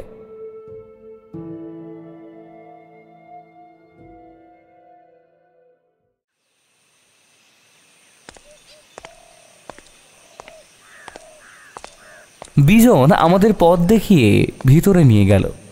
বিশাল অন্দরমহল, কিন্তু গৃহস্থ বাড়ির সেই চেনা প্রাণচাঞ্চল্যের কিছুই কোনো চিহ্ন নেই। তবুও চণ্ডী মন্দির ভবনে যখন ছিলাম সেখানে একটা পরিবেশ বলে কিছু ছিল, কিন্তু এখানে কেবলই নিস্তব্ধতা, আর প্রতিটি করিডোরে যেন ঝুল লেগে আছে। অন্ধকারে ছেয়ে রয়েছে যেন পুরো বাড়িটা, যেন কোনো আশঙ্কায় তারা লুকিয়ে আছে। সামনের বৈঠকখানায় বসে আছেন পরিবারের কর্তা রুদ্রপ্রসাদ মুখার্জি। বয়স প্রায় 60-এর কাছাকাছি, কিন্তু চোখে মুখে অদ্ভুত ভয় আর ক্লান্তি লেগে রয়েছে, যেন সমস্ত ইচ্ছাশক্তি তারা হারিয়ে গিয়েছে। শুধু বেঁচে না থাকলে নয়, তাই বেঁচেটুকু আছেন। পাশে বসে রয়েছেন তার স্ত্রী শৈলবালা দেবী, একেবারে গুটিয়ে থাকা মহিলা। আমাদের দিকে যেন সোজাসুজি তাকাতেই পারছেন না। রুদ্রপ্রসাদ হাত কাঁপিয়ে বললেন, রথিজিৎ বাবু, আপনারা এসেছেন, খুব ভালো হয়েছে। সম্বিতের তো কোনো হদিশ তো পাচ্ছি না, তার উপর আবার সেই অশুভ ঘটনা। অধ্যাপকের মৃত্যু যে আমাদের ঘুম কেড়ে নিয়েছে। প্রথমে ঢুকেই সম্বিতের নাম শুনে চমকে উঠলাম। রথিজিতের অনুমান যে ঠিক তা আমি বুঝতে পারলাম। এরাই হচ্ছে আসল জমিদার বাড়ির বংশধর, কিন্তু এদের এই অবস্থা কেন? ও, তা আপনার তো কালকে আসার কথা ছিল। হ্যাঁ, ঠিকই ধরেছেন, কালই এসেছিলাম আমি ভবনে। ভবনের নাম শুনেই যেন রুদ্রপ্রতাপের মুখ গম্ভীর হয়ে গেল। কিন্তু যে আগুন একসময় চোখে জ্বলে উঠত লাঠি ধরে শত্রুদের অবরোধ করার জন্য, সেই আগুন যেন আজ কোনো হারানো সুরের দীপ্তি মাত্র। রথিজিৎ শান্ত গলায় বলল, আমি সত্য জানতে এসেছি, তবে আগে সব কিছু শুনতে হবে। আপনার পরিবারে কারা কারা আছেন? রুদ্রপ্রসাদ ধীরে ধীরে পরিবারের পরিচয় দিলেন। বড় ছেলে অরিন্দম, 30-এর কোঠায় তার বয়স, অতিরিক্ত গম্ভীর। ছোট মেয়ে ইন্দ্রাণী, বয়স 19, ভীত সন্ত্রস্ত, চোখে যেন প্রতিটি মুহূর্তে কারোর উপস্থিতি খুঁজছে। আরও একজন আত্মীয় থাকেন, তার নাম মহেন্দ্রনাথ, রুদ্রপ্রসাদ বাবুর ভাইপো। তার ভঙ্গিমায় কেমন যেন কৃত্রিমতা, চোখের চাহনিতে অতিরিক্ত মাধুর্য, যা বিশ্বাস হয়তো তেমন জাগায় না। আপনারাই জমিদার বাবুর আসল উত্তরসূরি, তাই তো? হঠাৎই কথাটা শুনে জমিদার বাবু ভয়ে ভীত হয়ে উঠলেন, যেন রথিজিৎ কোনো অশুভ কথা বলে ফেলেছে। তিনি গলাটা একেবারে নামিয়ে নিয়ে বললেন, আস্তে আস্তে, এসব কথা এখানে বলবেন না। সেই ছায়া না হলে আমাদের ছাড়বে না। যতটুকু আছে সবাইকেই শেষ করে দেবে। ছায়া? কিসের ছায়া? ওরা ছায়ার থেকেও বড় কিছু। ওরা ঘর ছাড়া প্রেতাত্মা। ওই শয়তান, ওই বলেই থেমে গেলেন। ওনার স্ত্রী ওনার হাতটা চেপে ধরেছেন। এই কথাটা বলতে বলতে তিনি উত্তেজিত হয়ে উঠেছেন। আবার সেই ধীর স্থিরভাবে ফিরে গেলেন। চোখে মুখে একটা আতঙ্ক লেগে আছে। আমরা 40 বছরের কাছাকাছি হলো এরকম ভাবে জীবনযাপন করছি। এই বাড়ি থেকে আমরা কেউই বেরোই না, শুধু বিজনই বেরোয়, আর যা কাজকর্ম থাকে ওই করে দেয়। সেই দিনটার পর থেকে আমরা কেউই এই বাড়ির চৌকাঠের বাইরে যাইনি। বাইরে গেলেই মৃত্যু অবধারিত। এসব শুনে যে কি বলছেন তা তো আমার কিছু মাথাতেই ঢুকছে না। কথাগুলো শুনতে শুনতে রথিজিৎ ঘরের খুঁটিনাটি তার চোখ দিয়ে ভেদ করে দেখে নিচ্ছিল। আমাদের সামনে বসার ঘরের দেওয়ালে ঝুলছে একটা বিশাল ছবি। প্রথম দেখাতেই আমার গা কাঁটা দিল। ছবিতে আঁকা এক অচেনা তান্ত্রিক, কপালে চন্দন আর রক্তমাখা তিলক, চোখ দুটো যেন জীবন্ত। আঁকা আঁকির ভেতরেও সেই দৃষ্টি ছুটে আসছে সরাসরি দর্শকের হৃদয়ে। আমি থতমত খেয়ে বললাম, রথিজিৎ, বলছি এই ছবিটা কেমন যেন অদ্ভুত না? আর এই মানুষটা। রথিজিৎ ছবিটার দিকে তাকিয়ে কিছুক্ষণ নীরব রইল, তারপর মৃদুস্বরে বলল, অদ্ভুত তো বটেই, তবে অদ্ভুতের আড়ালে অনেক সময় সত্য লুকিয়ে থাকে। আচ্ছা, তবে এটা কার ছবি? এটা কি? ইন্দ্রাণী হঠাৎ ফিসফিস করে বলল, এটা একটা অভিশপ্ত ছবি। ঠিকই ধরেছেন বোধ হয়। যেই বেশি সময় ধরে তাকাবে তার সর্বনাশ হবে। এই ছবির মানুষটার জন্যই তো আজ আমাদের। ইন্দ্রাণী, যথেষ্ট হয়েছে, চুপ করো। তুমি কি আবার কোনো সর্বনাশ ডেকে আনতে চাও? ক্ষমা করবেন রথিজিৎ বাবু, আমাদের উপর অভিশাপ লেগেছে। শৈলবালা দেবীও কড়া গলায় মেয়েকে চুপ করালেন, কিন্তু তার নিজের হাত তখন অনবরত কাঁপছে। অনেকক্ষণ কথোপকথনের পর রুদ্রপ্রসাদ বাবুর অনুরোধে ঠিক হলো আজকের রাতটা এখানেই কাটাবো। রথিজিৎ বলল, অভিশাপটা কি, সেটা কি জানতে পারি? সে এক বড় কাহিনী রথিজিৎ বাবু।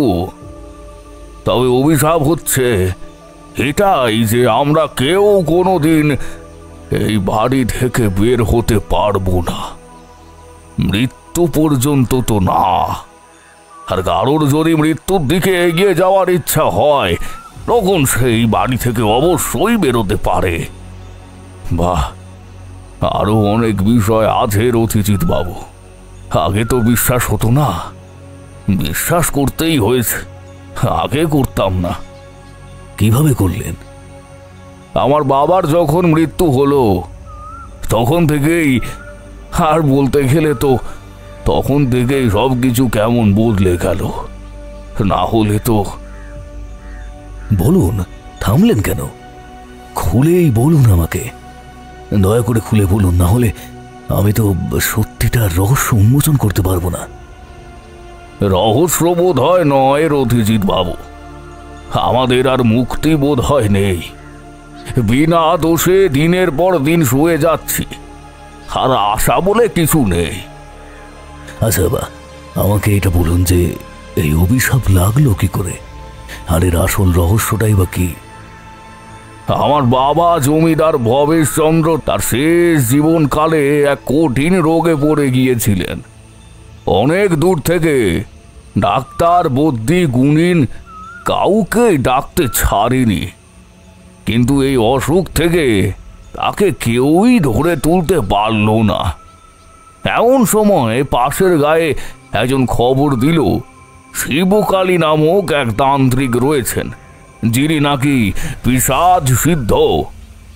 প্রথমে তো আমরা কেউই রাজি হইনি এইসব বিষয় নিয়ে, তবে এক সপ্তাহ কেটে যাওয়ার পরও যখন বাবার শরীরের কোনো সেরে ওঠার লক্ষণ দেখা গেল না, তখনই আমি রাজি হলাম তাকে খবর দেওয়ার জন্য। কিন্তু সে যে আমাদের কত বড় ভুল ছিল সেটা আমরাই জানি। সে প্রথমে এসে বক্তব্য রাখলো যে বাবা মশাইয়ের উপর কোনো প্রেত ভর করেছে এবং সেই আমাদের বাড়ির চারপাশেও নিজের অশুভ শক্তি বিস্তার করে রেখেছে।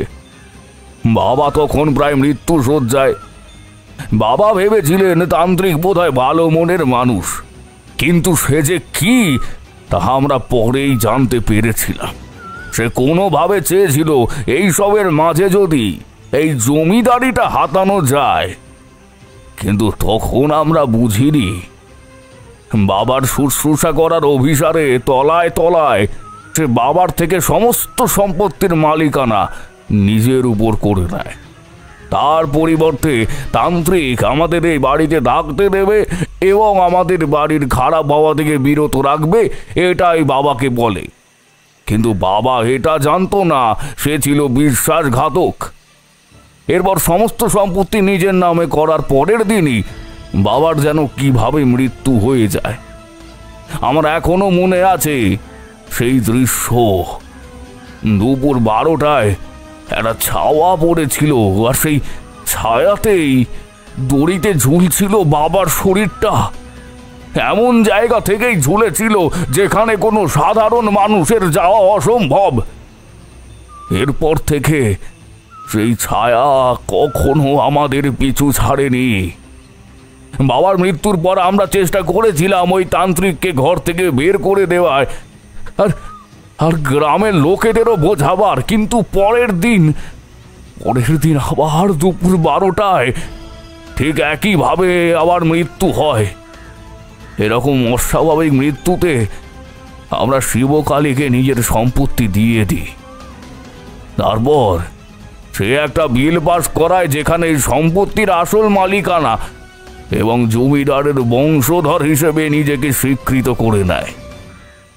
তারপর থেকে আমরা আর এখান থেকে বেরোইনি। সে না হয় বুঝলাম, কিন্তু এখান থেকে চলে যাচ্ছেন না কেন? চলে যাচ্ছি না এই কারণেই, জমিদার বাড়ির সম্পত্তি হস্তান্তরের পর শিবকালী আমাদের বংশকে অভিশাপ দেয় যে আমরা বা আমাদের প্রজন্ম যদি এই বাড়ির চৌকাঠ পেরিয়ে বাইরে যাই, তাহলে এই বাড়ির আশেপাশে ঘুরতে থাকা ছায়ারা আবার জেগে উঠবে, প্রেতেরা আবার ডেকে আনবে সেই রোগ। তাই আমরা কেউ বেরোয়নি কোনোদিন। কেউ চেষ্টা করেনি কোনোদিন? হ্যাঁ, করেছিল আমাদের আগের কাজের লোক গনু, মানে বিজনের কাকা। পরের দিন তারও মৃতদেহ পাওয়া যায় ঠিক একইভাবে। দুপুর 12টায়? হ্যাঁ। তাহলে এখন যিনি রয়েছেন তিনি তো বাইরে যান, তাহলে ওনার কিছু হয় না কেন? ও আচ্ছা, বিজন আমাদের বংশের কেউ নয়, সে তো আপনাকে আগেই বললাম। তাই ওর গায়ে এই অভিশাপের কিছু লাগে না। আগের যে চাকর ছিল, মানে বিজনের আগে সে ছিল বিজনের বাবা। কাকার মৃত্যুর পর, মানে গনুর মৃত্যুর পর, বিজনের বাবা এখানের ভার নিয়েছিল। সেই আমাদের কাজ করে দিত। ওর সময় থেকেই আর কিছু হয়নি। তারপর ওর পরিবর্তে বিজন এলো। সে এখন একেবারেই বৃদ্ধ হয়ে গেছে, কাজকর্ম তার দ্বারা আর হয়ে ওঠে না। বেশ, আমি রইলাম এখানে, আর কথা দিলাম আপনাকে, আমার যাই হয়ে যাক না কেন এই বাড়ি থেকে আপনাদের মুক্ত করবই।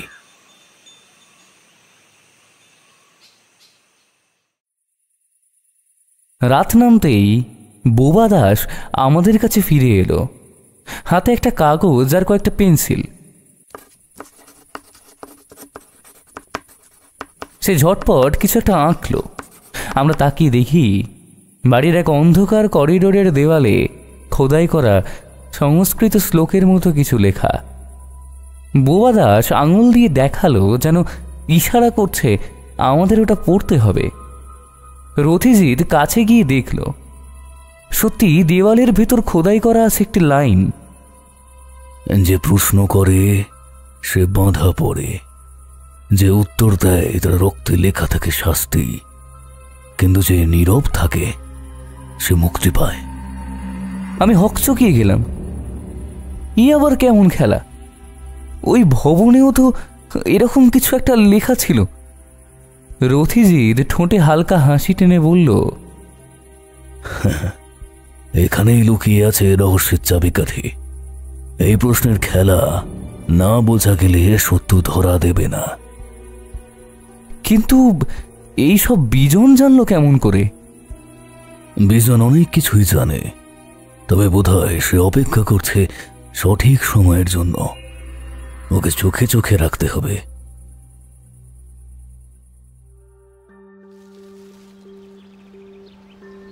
পরের দিন দুপুরে আমরা উঠোনে দাঁড়িয়েছিলাম, তখনই ঘটনাটা ঘটল। ঠিক 12টা বাজতেই অদ্ভুত এক ছায়া এসে পড়ল দেওয়ালের উপর। সেই ছায়া মানুষের মতো, অথচ চারপাশে কেউ নেই। ইন্দ্রাণী ভয়ে চেঁচিয়ে উঠল, দেখছেন রথিজিৎ বাবু, দেখছেন? রথিজিৎ শান্ত চোখে ছায়াটা পর্যবেক্ষণ করে বলল, এই বাড়ির প্রতিটি ইটের ভেতরে লুকিয়ে আছে একটা দীর্ঘ ষড়যন্ত্র। সম্বিত যেটা আজ করেছিল। রুদ্রপ্রসাদ আতঙ্কিত স্বরে বললেন, কিন্তু কিন্তু এসবের মানে কি? আমার পরিবারকে নিয়ে এমন খেলাটা কে খেলছে? রথিজিৎ কেবল উত্তর দিল, যে নিজেকে সব থেকে ভালোভাবে লুকিয়ে রেখেছে সেই।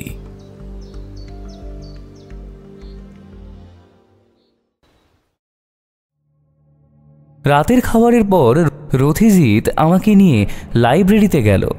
রুদ্রপ্রসাদ বাবুর থেকে আগেই রথিজিৎ জেনে নিয়েছিল এই বাড়ির সমস্ত জায়গা সম্পর্কে।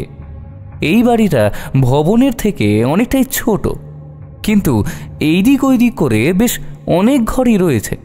এমন এমন জায়গাও অনেক রয়েছে যেখানে নতুন কেউ এলে সে ঠিকমতো চিনে উঠতে পারবে না সে কোথায় এসেছে। ঘরের ভেতর ধুলো জমে আছে, পুরনো বইয়ের স্তূপ। রথিজিৎ বইপত্র ঘেঁটে বের করার চেষ্টা করল, এমন কিছু যেটা আমাদের কোনো দিশা দেখাতে পারবে, কিন্তু এমন কিছুই সে সেখানে পেল না। তবে আমরা পুরনো কয়েকটা উইয়ে ধরা পৃষ্ঠা পেলাম। প্রায় সবই উঠে গেছে বলতে গেলে, তবে সেখানে একটা জিনিস আমাদের চোখ কাড়ল। সেটা হচ্ছে গোল মতো চক্রাকারে একটা বলয় আঁকা ছিল সেই পৃষ্ঠার মাঝখানে। তারপর আরও কিছু তারা জাতীয় চিহ্ন তার মধ্যে আঁকা ছিল। তার মাঝখানে লেখা ছিল, গতি হবে এখানেই। বড় অদ্ভুত একটা জিনিস। এমন সময় বাইরে থেকে আবার চিৎকার শোনা গেল। দৌড়ে বেরিয়ে দেখি করিডোরে শুয়ে আছে বাড়ির আত্মীয় মহেন্দ্রনাথ। প্রথমে অন্ধকারে কিছু বুঝে উঠতে পারলাম না কি হয়েছে। তারপর হ্যারিকেনটা ওর সামনে নিয়ে যেতে দেখলাম গলায় জড়ানো সেই একই তান্ত্রিক সুতো। তার দেহ ঠান্ডা, নিথর। রথিজিৎ নিঃশ্বাস ফেলে বলল, দ্বিতীয় শিকার। আমি আতঙ্কিত স্বরে বললাম, তাহলে হত্যাকারী এখনো বাড়ির ভেতরেই আছে আর আমাদের সবার সামনেই সে খুন করে ফেলল? রথিজিৎ গম্ভীরভাবে বলল, হ্যাঁ বিজয়, সেটাই তো মনে হচ্ছে। খুনি যেই হোক না কেন, সে সমস্ত রকম চেষ্টা করে চলেছে আমাদের ভয় দেখিয়ে বাড়ি থেকে দূর করার। এই চক্রব্যূহ ভেদ করতে হবে। চণ্ডী মন্দির ভবনের ভেতরে ঢোকার পর থেকে আমার মনে হচ্ছিল এই বাড়িটা নিছক পুরনো এক জমিদার বাড়ি নয়। দেওয়ালের গায়ে কালচে দাগ, স্যাঁতস্যাঁতে গন্ধ, কীরকম ভুতুরে আবহাওয়া, যেন এক অদৃশ্য রহস্যের আঁচ। আমাদের কথোপকথনের মাঝে হঠাৎ সিঁড়ি দিয়ে একটা শব্দ হলো, কারো হালকা পায়ের শব্দ। আমরা টর্চ জ্বালালাম। অন্ধকার থেকে বেরিয়ে এলো একটা মানুষ, শুকনো দেহ, ময়লা কাপড়, চোখে কেমন একটা ভয়ে ভরা দৃষ্টি, তার হাতে কাগজ কলম। জিৎ বলল, কে তুমি? লোকটা কিছুই বলল না, কাগজে আঁকতে শুরু করলো। চোখে এমন একটা ভয় ভরা দৃষ্টি, তার হাতে কাগজ কলম। অন্ধকার থেকে বেরিয়ে আসতে তারপরে তাকে বোঝা গেল সে বোবা দাস। বোবা দাস প্রত্যেকবারের মতো এবারেও কিছু বলল না, কাগজে আঁকতে শুরু করলো। আঁকলো একটা ছবি, একটা জানালা, তার বাইরে দাঁড়ানো একটা ছায়া মূর্তি। আমি কাঁপা গলায় বললাম, এ তো সেই ছায়া যেটা দুপুর 12টায় দেখা যায়। বিজন মাথা নাড়ল, তারপর আবারও আঁকলো একটা দড়ি যা দিয়ে কারো গলা পেঁচানো, আর সেই দড়ির পাশে আঁকলো এক অদ্ভুত চিহ্ন যা দেখতে অনেকটা তান্ত্রিক যন্ত্রের মতো। তুমি এখানে কি করছো এত রাত্রিবেলা? সেই সময়ই বাড়ির ভেতর থেকে এক মহিলা তাড়াহুড়ো করে এসে হাজির। তিনি ছিলেন গৃহকর্তার বিধবা বোন। বললেন, আহা, ওকে নিয়ে কিছু ভাববেন না। ও আমাদের পরিবারের দুঃসম্পর্কের এক আত্মীয়ের ছেলে। ও বুবা, শুধু আঁকাআঁকি করে। ওর কথায় আপনারা ভরসা করবেন না। কিন্তু রথিজিৎ চুপ করে রইল। ওর চোখে আমি চিনলাম সেই পরিচিত জেদি দৃষ্টি, যেটা কেবলমাত্র সে সত্যের গন্ধ পেলে দেখা যায়। সেদিন রাতেই প্রাসাদের ভেতরে এক অদ্ভুত ঘটনা ঘটল। আমরা ঘরে বসে নোট নিচ্ছিলাম। হঠাৎ যেন বাতাস ভারী হয়ে গেল। জানালার ফাঁক দিয়ে চাঁদের আলো ঢুকে একটা ছবির উপর পড়ল। সেই ছবিটা আমরা বিকেলে দেখেছিলাম, সেই অভিশপ্ত ছবি। ছবির চরিত্রগুলো, বিশেষ করে একজন রক্তচক্ষু পুরুষ যেন যেন আমাদের দিকে তাকিয়ে আছে। কিরকম যেন ভয় লেগে গেল। হয়তো এরকম ছবি সাধারণভাবে দেখলে তেমন কিছু মনে হয় না, কিন্তু এরকম অন্ধকারাচ্ছন্ন ভরা জায়গা, তার উপর আবহাওয়াও যেন তার সাথে তাল মেলাচ্ছে।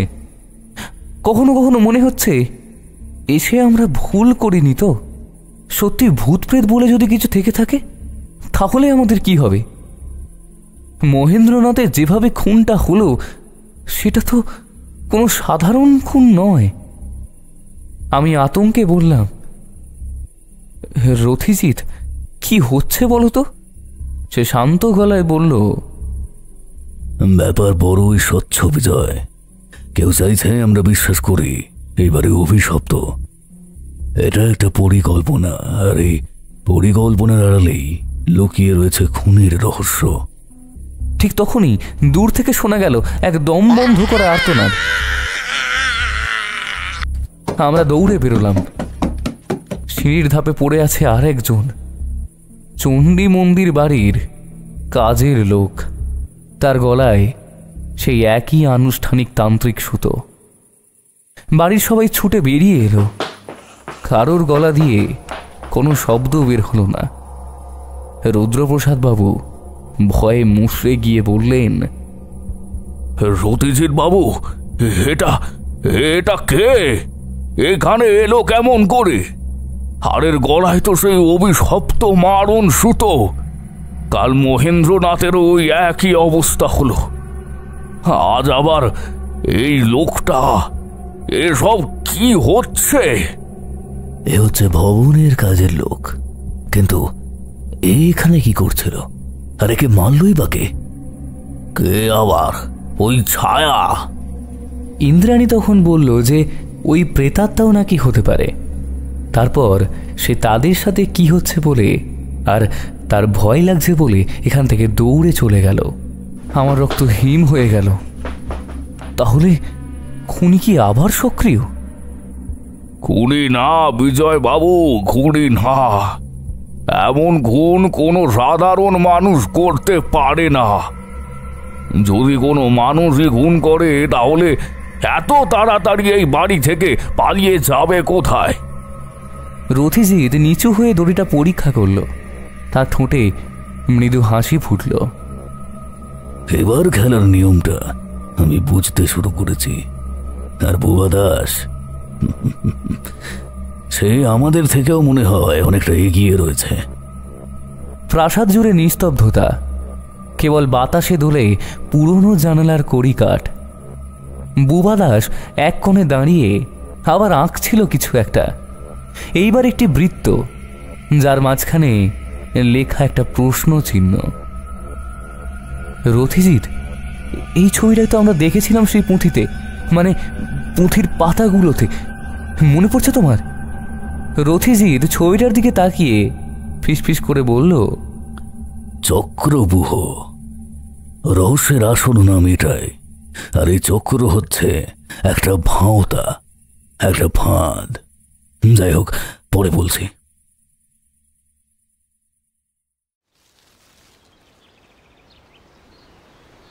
পরের দিন সকাল থেকেই বাড়িটা অদ্ভুত নিস্তব্ধ। বাইরে কাকের ডাকও নেই। চণ্ডী মন্দির প্রাসাদের করিডোর দিয়ে হাঁটতে হাঁটতে আমার মনে হচ্ছিল আজ দুপুরেই হয়তো সেই রহস্যময় ছায়ার বা রথিজিতের কথা অনুযায়ী খুনির মুখোমুখি হতে হবে। রথিজিৎ সকালটা কাটালো বারান্দায় বসে, হাতে নোটবুক, মুখে চিন্তার ভাঁজ। আমি আর সবার মতোই উৎকণ্ঠিত। আমি জিজ্ঞেস করলাম, রথিজিৎ, তুমি কি সত্যি বিশ্বাস করছো যে দুপুর 12টার কোনো ছায়া আছে? আর সেটা কি কোনো অলৌকিক সত্তা? সে ঠান্ডা গলায় উত্তর দিল, বিজয়, ছায়া সব সময়তেই থাকে। প্রশ্ন হলো কার ছায়া সেটা। দুপুর 12টায় সূর্য যখন মাথার উপরে, তখন সব ছায়া প্রায় মুছে যায়। অথচ যদি ঠিক সেই সময় কারোর ছায়া স্পষ্ট দেখা যায়, তার মানে কেউ ইচ্ছাকৃতভাবে সেটা ঘটাচ্ছে। কিন্তু কথা হচ্ছে এটা কিভাবে সম্ভব? ইতিমধ্যেই আরও 2টো খুন, সর্বমোট 3টি খুন হয়ে গিয়েছে। সম্বিতেরও কোনো খোঁজ নেই। এই ছায়া রহস্যটা আগে ভাঙতে হবে। খুনির একটা বড় অস্ত্র হলো ভয় দেখানো, যার সাহায্যে এতদিন সে সবাইকে কাবু করে রেখেছে। বংশ পরম্পরায় এই রীতি কেউ বয়ে নিয়ে চলেছে, যেটা শুরু করেছিল শিবকালী। কি বলছো হে রথিজিৎ? হ্যাঁ, ঠিকই বলছি বিজয়। কাল রাত্রে যখন তুমি শুয়ে পড়লে, আমি লাইব্রেরিতে অনেকক্ষণ ছিলাম। তখন আমি বাইরে কারোর ছায়া দেখতে পাই, যে ছাদের উপর দিকটা দিয়ে হেঁটে যাচ্ছিল। বিষয়টা আমিও ঠিক বুঝিনি, তবে এখন ঠিক বুঝতে পারছি। আচ্ছা, এত কিছু তুমি কিভাবে বলতে পারছো? পারছি বিজয়। এই খুনের বীজ এখন বেড়ে গাছ হয়ে গেছে। গোড়া থেকে উপড়ে ফেলতে হবে, নাহলে এই নৃশংসতার কোনো শেষ নেই। যাই হোক, আগে আমাকে এই দুপুর 12টার রহস্য ভেঙে রুদ্রবাবুর মনে জোর আনতে হবে। ওই রহস্যের মধ্যেই হয়তো লুকোনো আছে আসল সত্যের চাবিকাঠি। আমরা সকলে দুপুর 12টার আগেই ছবিওয়ালা ঘরে জমা হলাম। জানালার পর্দা সরানো, আলো আসছে একেবারে সোজা কোণ দিয়ে। বুবা দাসও সেখানেই বসে আছে, তার সামনে চক কলম। হঠাৎ ঘড়ি 12টার ঘন্টা বাজালো, সেই সঙ্গেই টান টান নীরবতা। তারপর জানালার বাইরে এক ছায়া অস্বাভাবিক লম্বা আর খুবই স্পষ্ট, মানুষের ছায়া হলেও যেন কিছুটা বিকৃত। বোবা দাস কাঁপতে কাঁপতে কাগজে আঁকলো সেই দৃশ্য। আমরা সবাই শিউরে উঠলাম। আমি চেঁচিয়ে বললাম, দেখো, এ তো সত্যিই আছে। কিন্তু রথিজিৎ দাঁড়ালো জানালার ধারে, কড়া চোখে বলল, না বিজয়, এ মায়া। ঠিক রথিজিৎ যেমনটা বলেছিল। সে প্রথমে টর্চ নিল, তারপর তার রশ্মি ফেলল সোজা ছাদের উপরে। দেখা গেল মাটিতে রাখা আছে একটা বড় আয়না, 2-3 দিক থেকে প্রতিফলিত হচ্ছে। আলো অন্ধকারে নিমজ্জিত ঘরের এদিক ওদিকে ছড়িয়ে পড়ছে আলো। টর্চের লাইটটা ছাদের আয়নায় গিয়ে লাগতে তার প্রতিফলনটাও সেই মানুষরূপী ছায়ায় এসে লাগছে। বুঝলাম অনেকগুলি আয়না এমন জায়গায় জায়গায় রাখা হয়েছে যেগুলো একেবারে বলতে গেলে অদৃশ্য, কিন্তু সন্ধে হলে হয়তো দেখা যেতে পারে। তবে আয়নার কোণগুলো এমনভাবেই রাখা যে দূরে বারান্দায় দাঁড়ানো মানুষের ছায়া ঠিক জানলার সামনে পড়ছে এমনভাবে দেখাচ্ছে। রথিজিৎ বলল, অভিনব খেলা, আয়না দিয়ে ছায়া বানানো হয়েছে। খুনি বা ষড়যন্ত্রকারী চাইছে আমরা ভাবি এটা অলৌকিক। দেখুন রুদ্রপ্রসাদ বাবু। রুদ্রপ্রসাদ বাবু এক চোখে তাকিয়ে রইলেন সেই দিকে। তার মানে আমরা এতদিন অন্ধকারের মধ্যে ছিলাম, এ কি করে সম্ভব? কিন্তু এখানেই তো মৃতদেহগুলো। এই সময় এক অপ্রত্যাশিত ঘটনা ঘটল।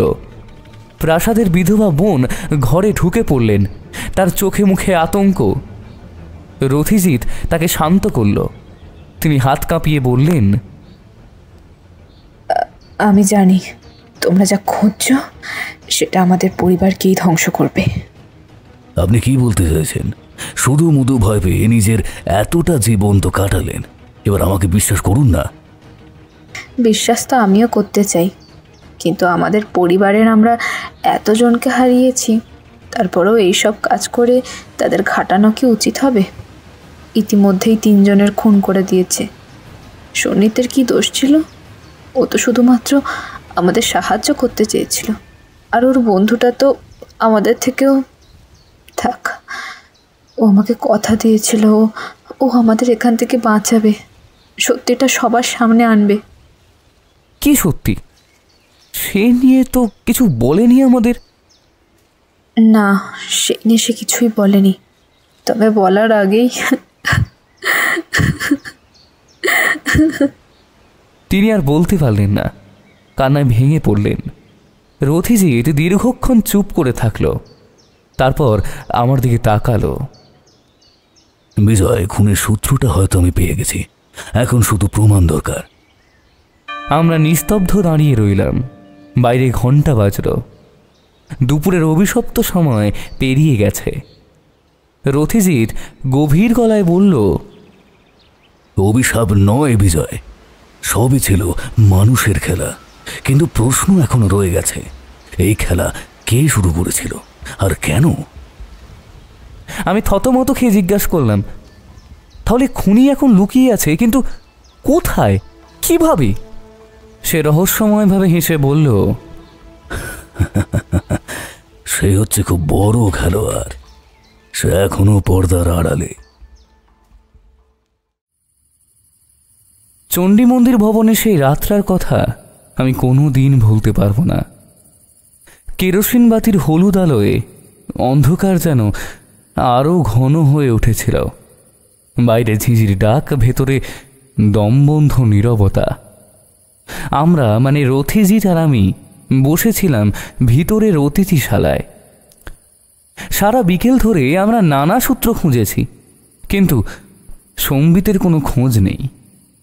কেবল বাড়ির প্রতিটি মানুষ আমাদের দিকে এমনভাবে তাকাচ্ছিল যেন আমরা কোনো অশুভ কিছু বয়ে নিয়ে এসেছি।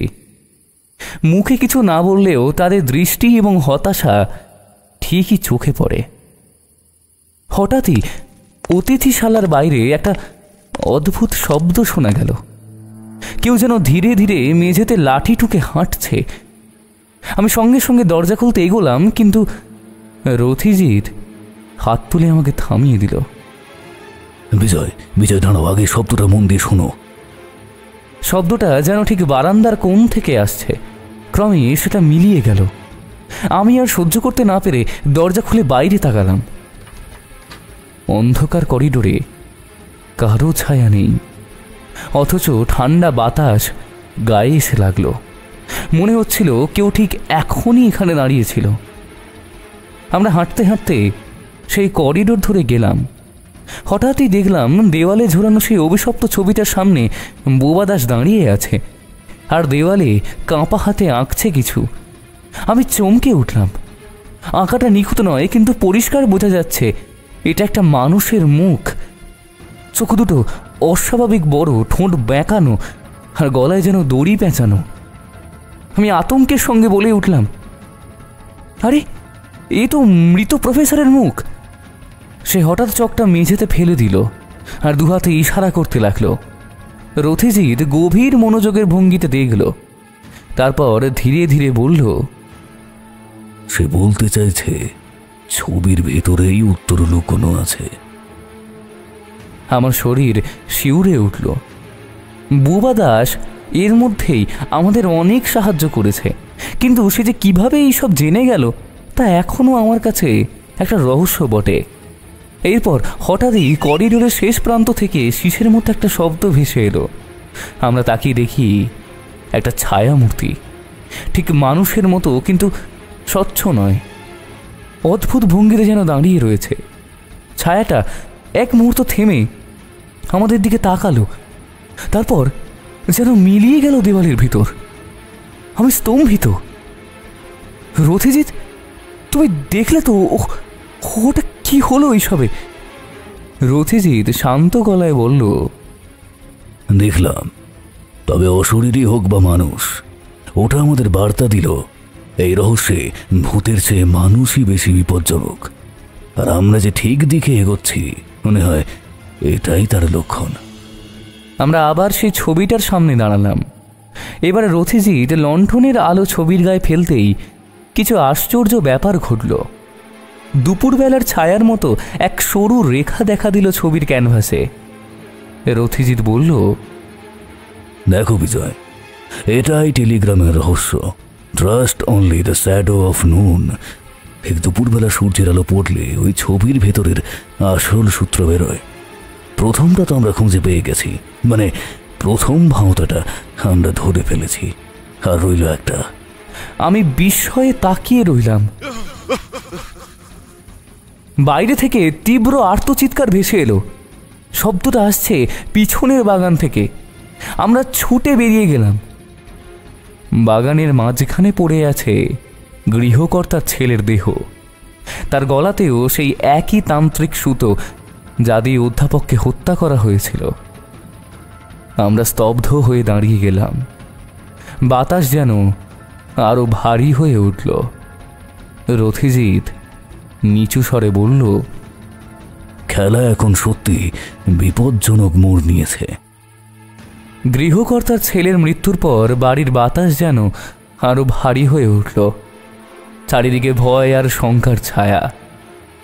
বাড়ির লোকজন কেউ মুখ আর খুলতে চাইছে না, কিন্তু চোখে স্পষ্ট আতঙ্ক।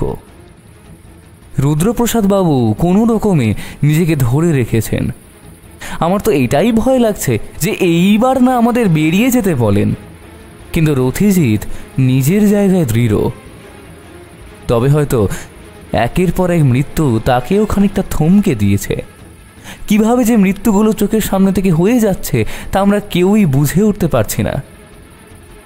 রথিজিৎ আর আমি এরপর রাতভর জেগে থাকলাম। রথিজিৎ ছবিটার সামনে বসে বারবার খাতা কলমে কিছু একটা হিসেব করছিল। ভোরের দিকে সে আমার দিকে তাকিয়ে বলল,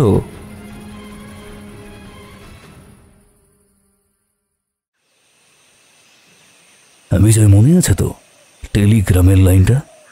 trust only the shadow of নুন। দুপুরবেলার সূর্য আমাদের পথ দেখাবে। আজ 12টার অপেক্ষা করতে হবে। আজ সকালেই আমরা পুরো বাড়িটার প্রতিটি ঘর ঘুরে দেখব, বিশেষ করে ছবির ঘর। সকালবেলায় আমরা ছবির ঘরে গেলাম। বোবা দাস আগেই সেখানে বসেছিল, হাতে চক আর দেওয়ালে কিছু অদ্ভুত চিহ্ন আঁকছিল।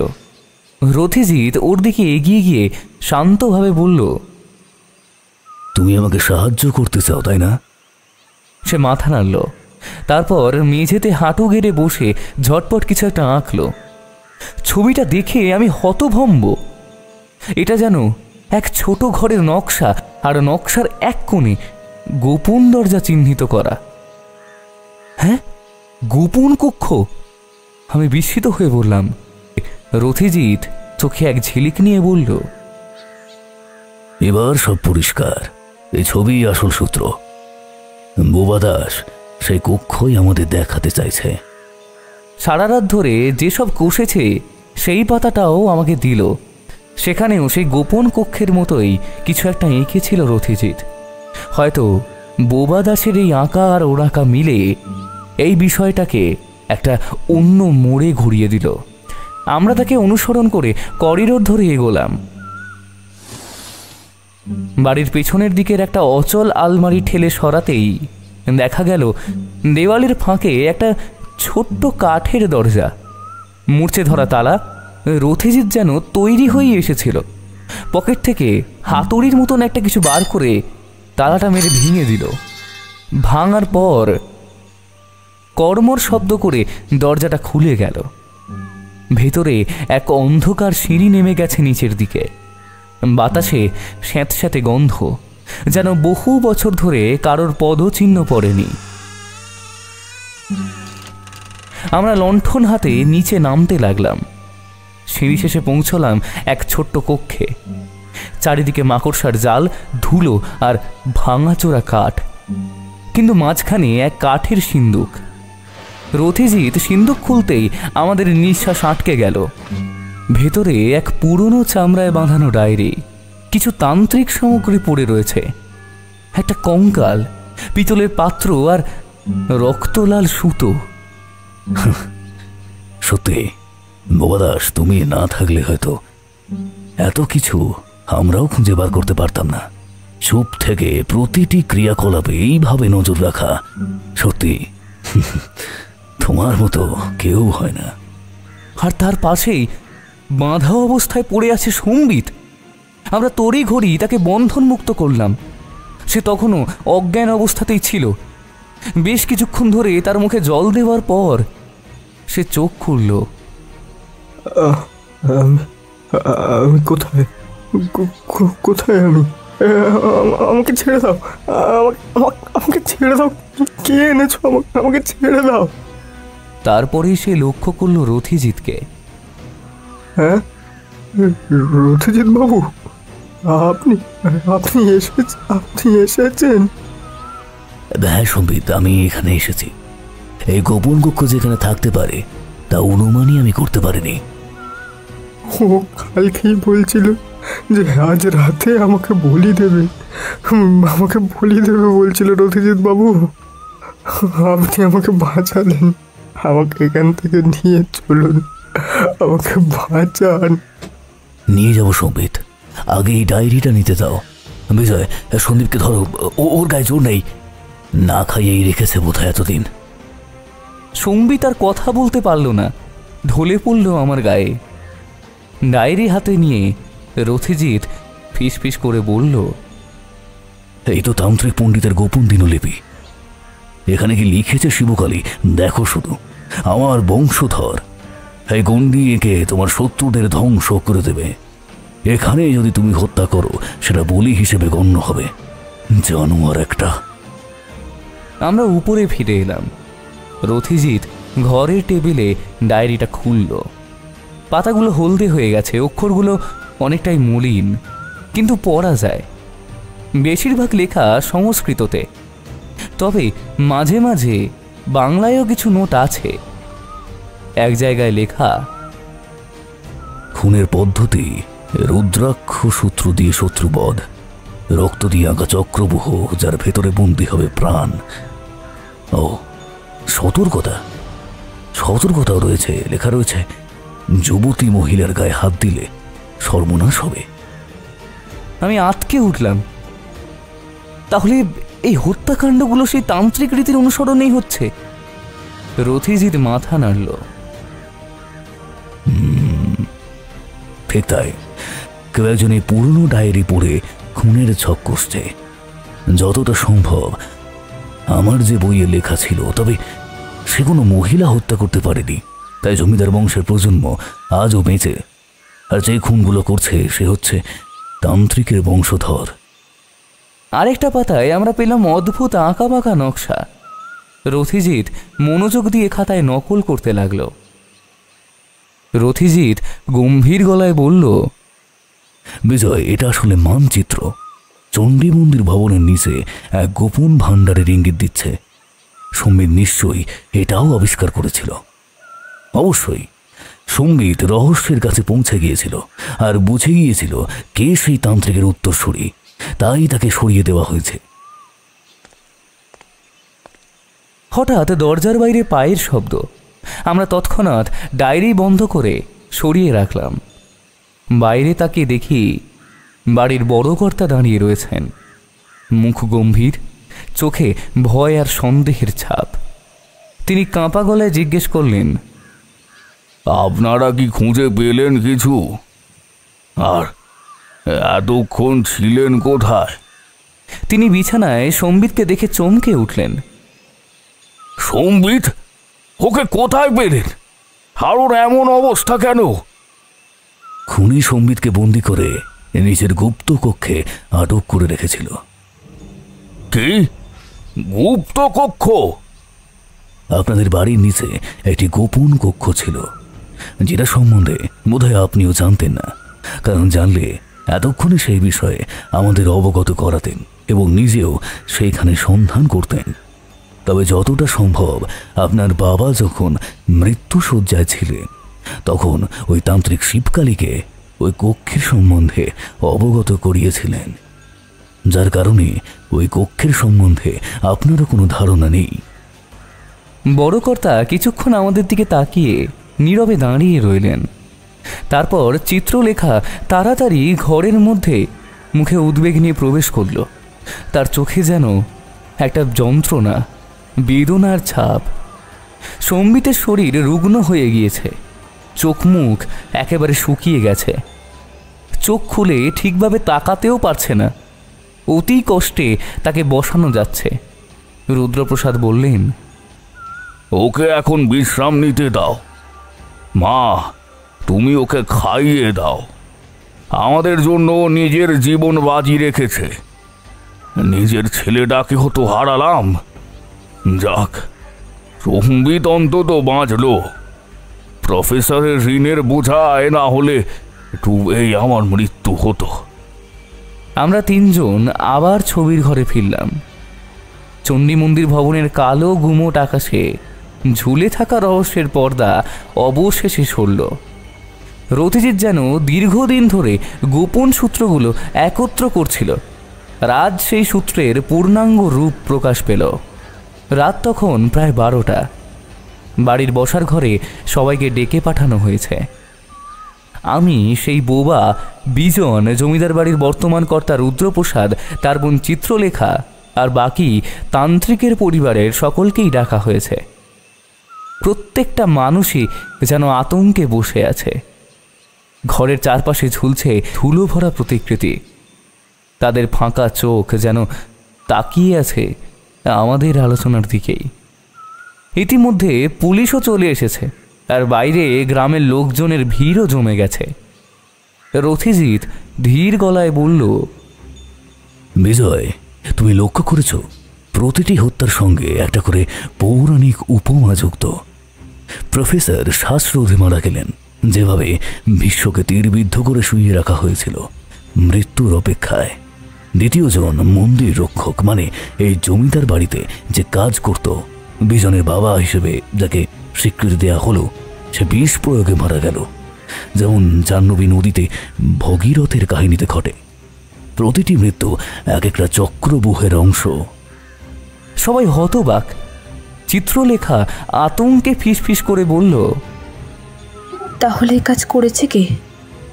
রথিজিৎ একটু থেমে জানালো, প্রথম থেকেই বোবার আঁকা ছবিগুলো আমাকে ভাবিয়েছে। ও কথা বলতে পারে না, কিন্তু তার ছবি সত্যি কথা বলে।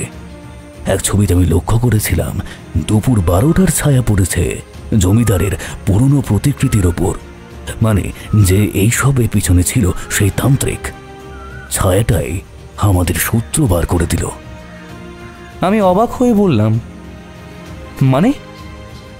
রথিজিৎ গম্ভীর হয়ে বলল, ছবির ফ্রেমের ওপরে একটা কাগজ গুঁজে রাখা ছিল, ঠিক পিছন দিকের ওপরে। সেই কাগজেই সেই তান্ত্রিকের গুপ্ত সম্পত্তির ঠিকানা ছিল। আর গুপ্তকক্ষে ডায়েরি খুলে বোঝা গেল সে কোনো তান্ত্রিক নয়, ধূর্ত ভণ্ড। জমিদারদের প্রতারিত করে জমি দখল করাই ছিল তার প্রধান উদ্দেশ্য।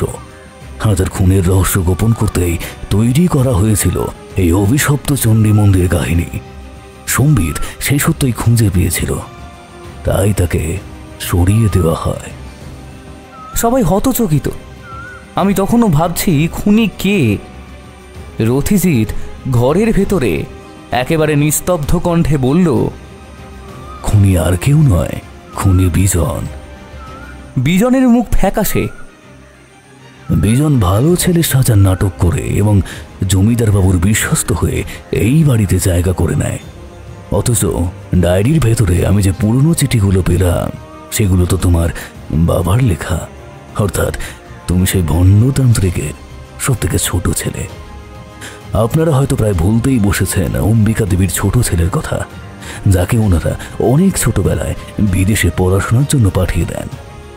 তারপর শীতকালে তান্ত্রিকের মৃত্যু হয়। অনেকটা সময় কেটে গিয়েছিল। বিজন ওরফে শচীন দীর্ঘদিন দেশে আসেনি। ছোট শচীন আর এখনের শচীনের বাহ্যিক গঠনের অনেক পার্থক্য এবং মানসিকেরও। দেশে ফেরা মাত্রই যখন সে নিজের পরিবারের ভণ্ডামির ব্যাপারে এইসব জানে, তারপর থেকেই এইসব শুরু হয়। শচীন যে দেশে ফিরেছে তা তার পরিবারের কাউকেও সে জানতে দেয়নি। গদাধর শচীনের পরিবারের লোক হলেও আমাকে এ কাজে সে প্রথম থেকেই অনেক সহায়তা করেছে। সে সব কথা আমাকে মাঝে মাঝেই দেখা হলেই বলে দিত এবং শচীনের চোখে সে বোধহয় পড়ে গিয়েছিল, আর যার কারণেই সেই তার শিকার হয়। এই রহস্যগুলো প্রথমে আমিও ধরতে পারিনি, এতটা গভীর এবং এর মধ্যে এতজন জড়িয়েছিল একের পর এক। ভণ্ডামির সীমা এরা সবাই পার করে দিয়েছে। যেই ভৃত্যর মৃত্যু হয়েছিল তারপর থেকে যেই ব্যক্তিটি কাজ করেছিল সে অম্বিকা দেবীর কথায় কাজ করছিল, মানে বিজনের কাকা বাবা সবাই ভণ্ড। সে ওই ভণ্ডতান্ত্রিকের সেবক ছিল, তার শিষ্য বলতে পারে। বিজনের কাকার পরিচয় নিয়ে যিনি ছিলেন গনু, তিনি ছিলেন ওনার আসল শিষ্য। যাই হোক, প্রথমে অনুমান করেছিলাম, এখন প্রমাণও আছে। তো বোবা দাসের আঁকা ছবিগুলো দেখতে গিয়ে আমি একটা পরিবারের ছবি দেখি। তখন পরিবারের সবাইকে চিনতে পারলেও একজনকে আমি চিনতে পারিনি। গদাধরকে জিজ্ঞাসা করায় সে ইশারায় বোঝায় সে তার ছোট ভাই। সে বিদেশে থাকত। তার ইশারার মাধ্যমে এও বুঝি যে সে এখানে এসেছিল, কিন্তু তারপর সে জানে না সে কোথায় আছে। আর তখন থেকেই আমার সন্দেহ শুরু হয় বিজনের উপর। তার চুপ করে থাকা, তার শান্ত স্বভাব, রক্তেই যার লোভ, আর তার হিংস্রতা কতদিনই বা লুকিয়ে রাখবে। তাই শচীন চাইছিল পুরনো কাহিনী চাপা দিতে। যে কেউ সত্য জানত তাকেই শচীন মেরে ফেলছিল। বুবা আসলে এই ঘর থেকে অনেকবারই বাইরে বেরিয়েছে এবং ভবনেও গিয়েছে। এটাই তার প্রমাণ যে এখানে কোনো ছায়া প্রেত কিছুই নেই। হয়তো ও বলতে পারেনি কারণ ওর কারোর উপরে বিশ্বাস হয়নি, বা এটা হয়তো আপনাদের জানালে আপনারা আরও ভয় পেয়ে যেতেন। কি শচীন, বিজন সেজে তো অনেক ছলচাতুরি করলে, এবার চলো গারদের পিছনে সারা জীবনটা পচে মরতে। শয়তানের ছেলে শয়তানি হয়, ওকে আমি শেষ করে দেব। আমার ছেলেকে এই খুন করেছে, ছাড়বো না আমি তোকে। শচীন চিৎকার করে উঠল, না, আমি বাধ্য ছিলাম, এটা আমার কর্তব্য। এই বাড়ির সবাই আমার পরিবারকে লাঞ্ছনা দিয়েছে। আমার বাবা ভণ্ড হলেও তার উত্তরাধিকার রক্ষা করা আমার দায়িত্ব। তাই তাই আমি এসব করেছি। আর কেউ তো এর যোগ্যই নয়। আমি সেই উত্তরাধিকারী।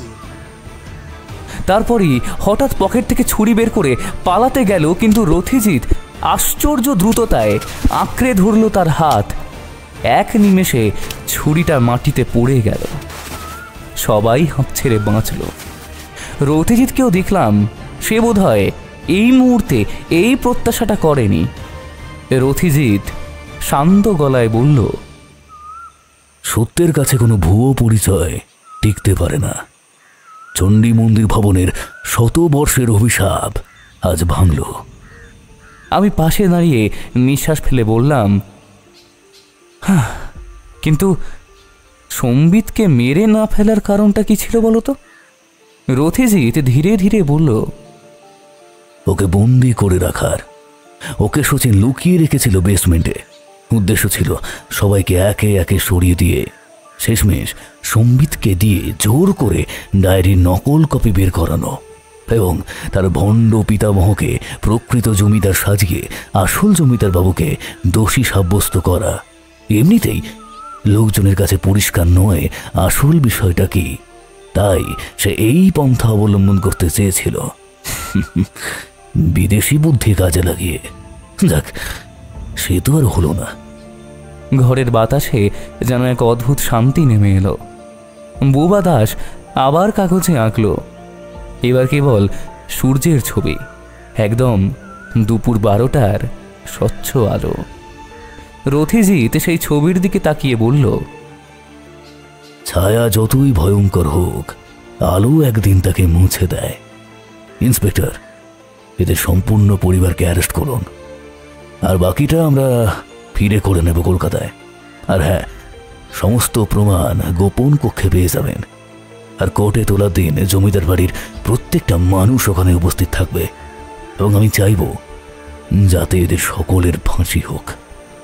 এইভাবে একটা খুনের জালে একটা পরিবারকে ফেলে দিয়ে তাদের জীবনগুলো নষ্ট করার জন্য। আর সম্বিত সুস্থ হলে ও উপস্থিত থাকবে। আশা করছি সবকিছুই ঠিক হবে। এসবের পর রুদ্রপ্রসাদ বাবু রথিজিতের হাত চেপে ধরেছিলেন। রথিজিৎ ওনাকে প্রণাম করে আমাকে সাথে নিয়ে পাড়ি দিয়েছিল কলকাতার পথে।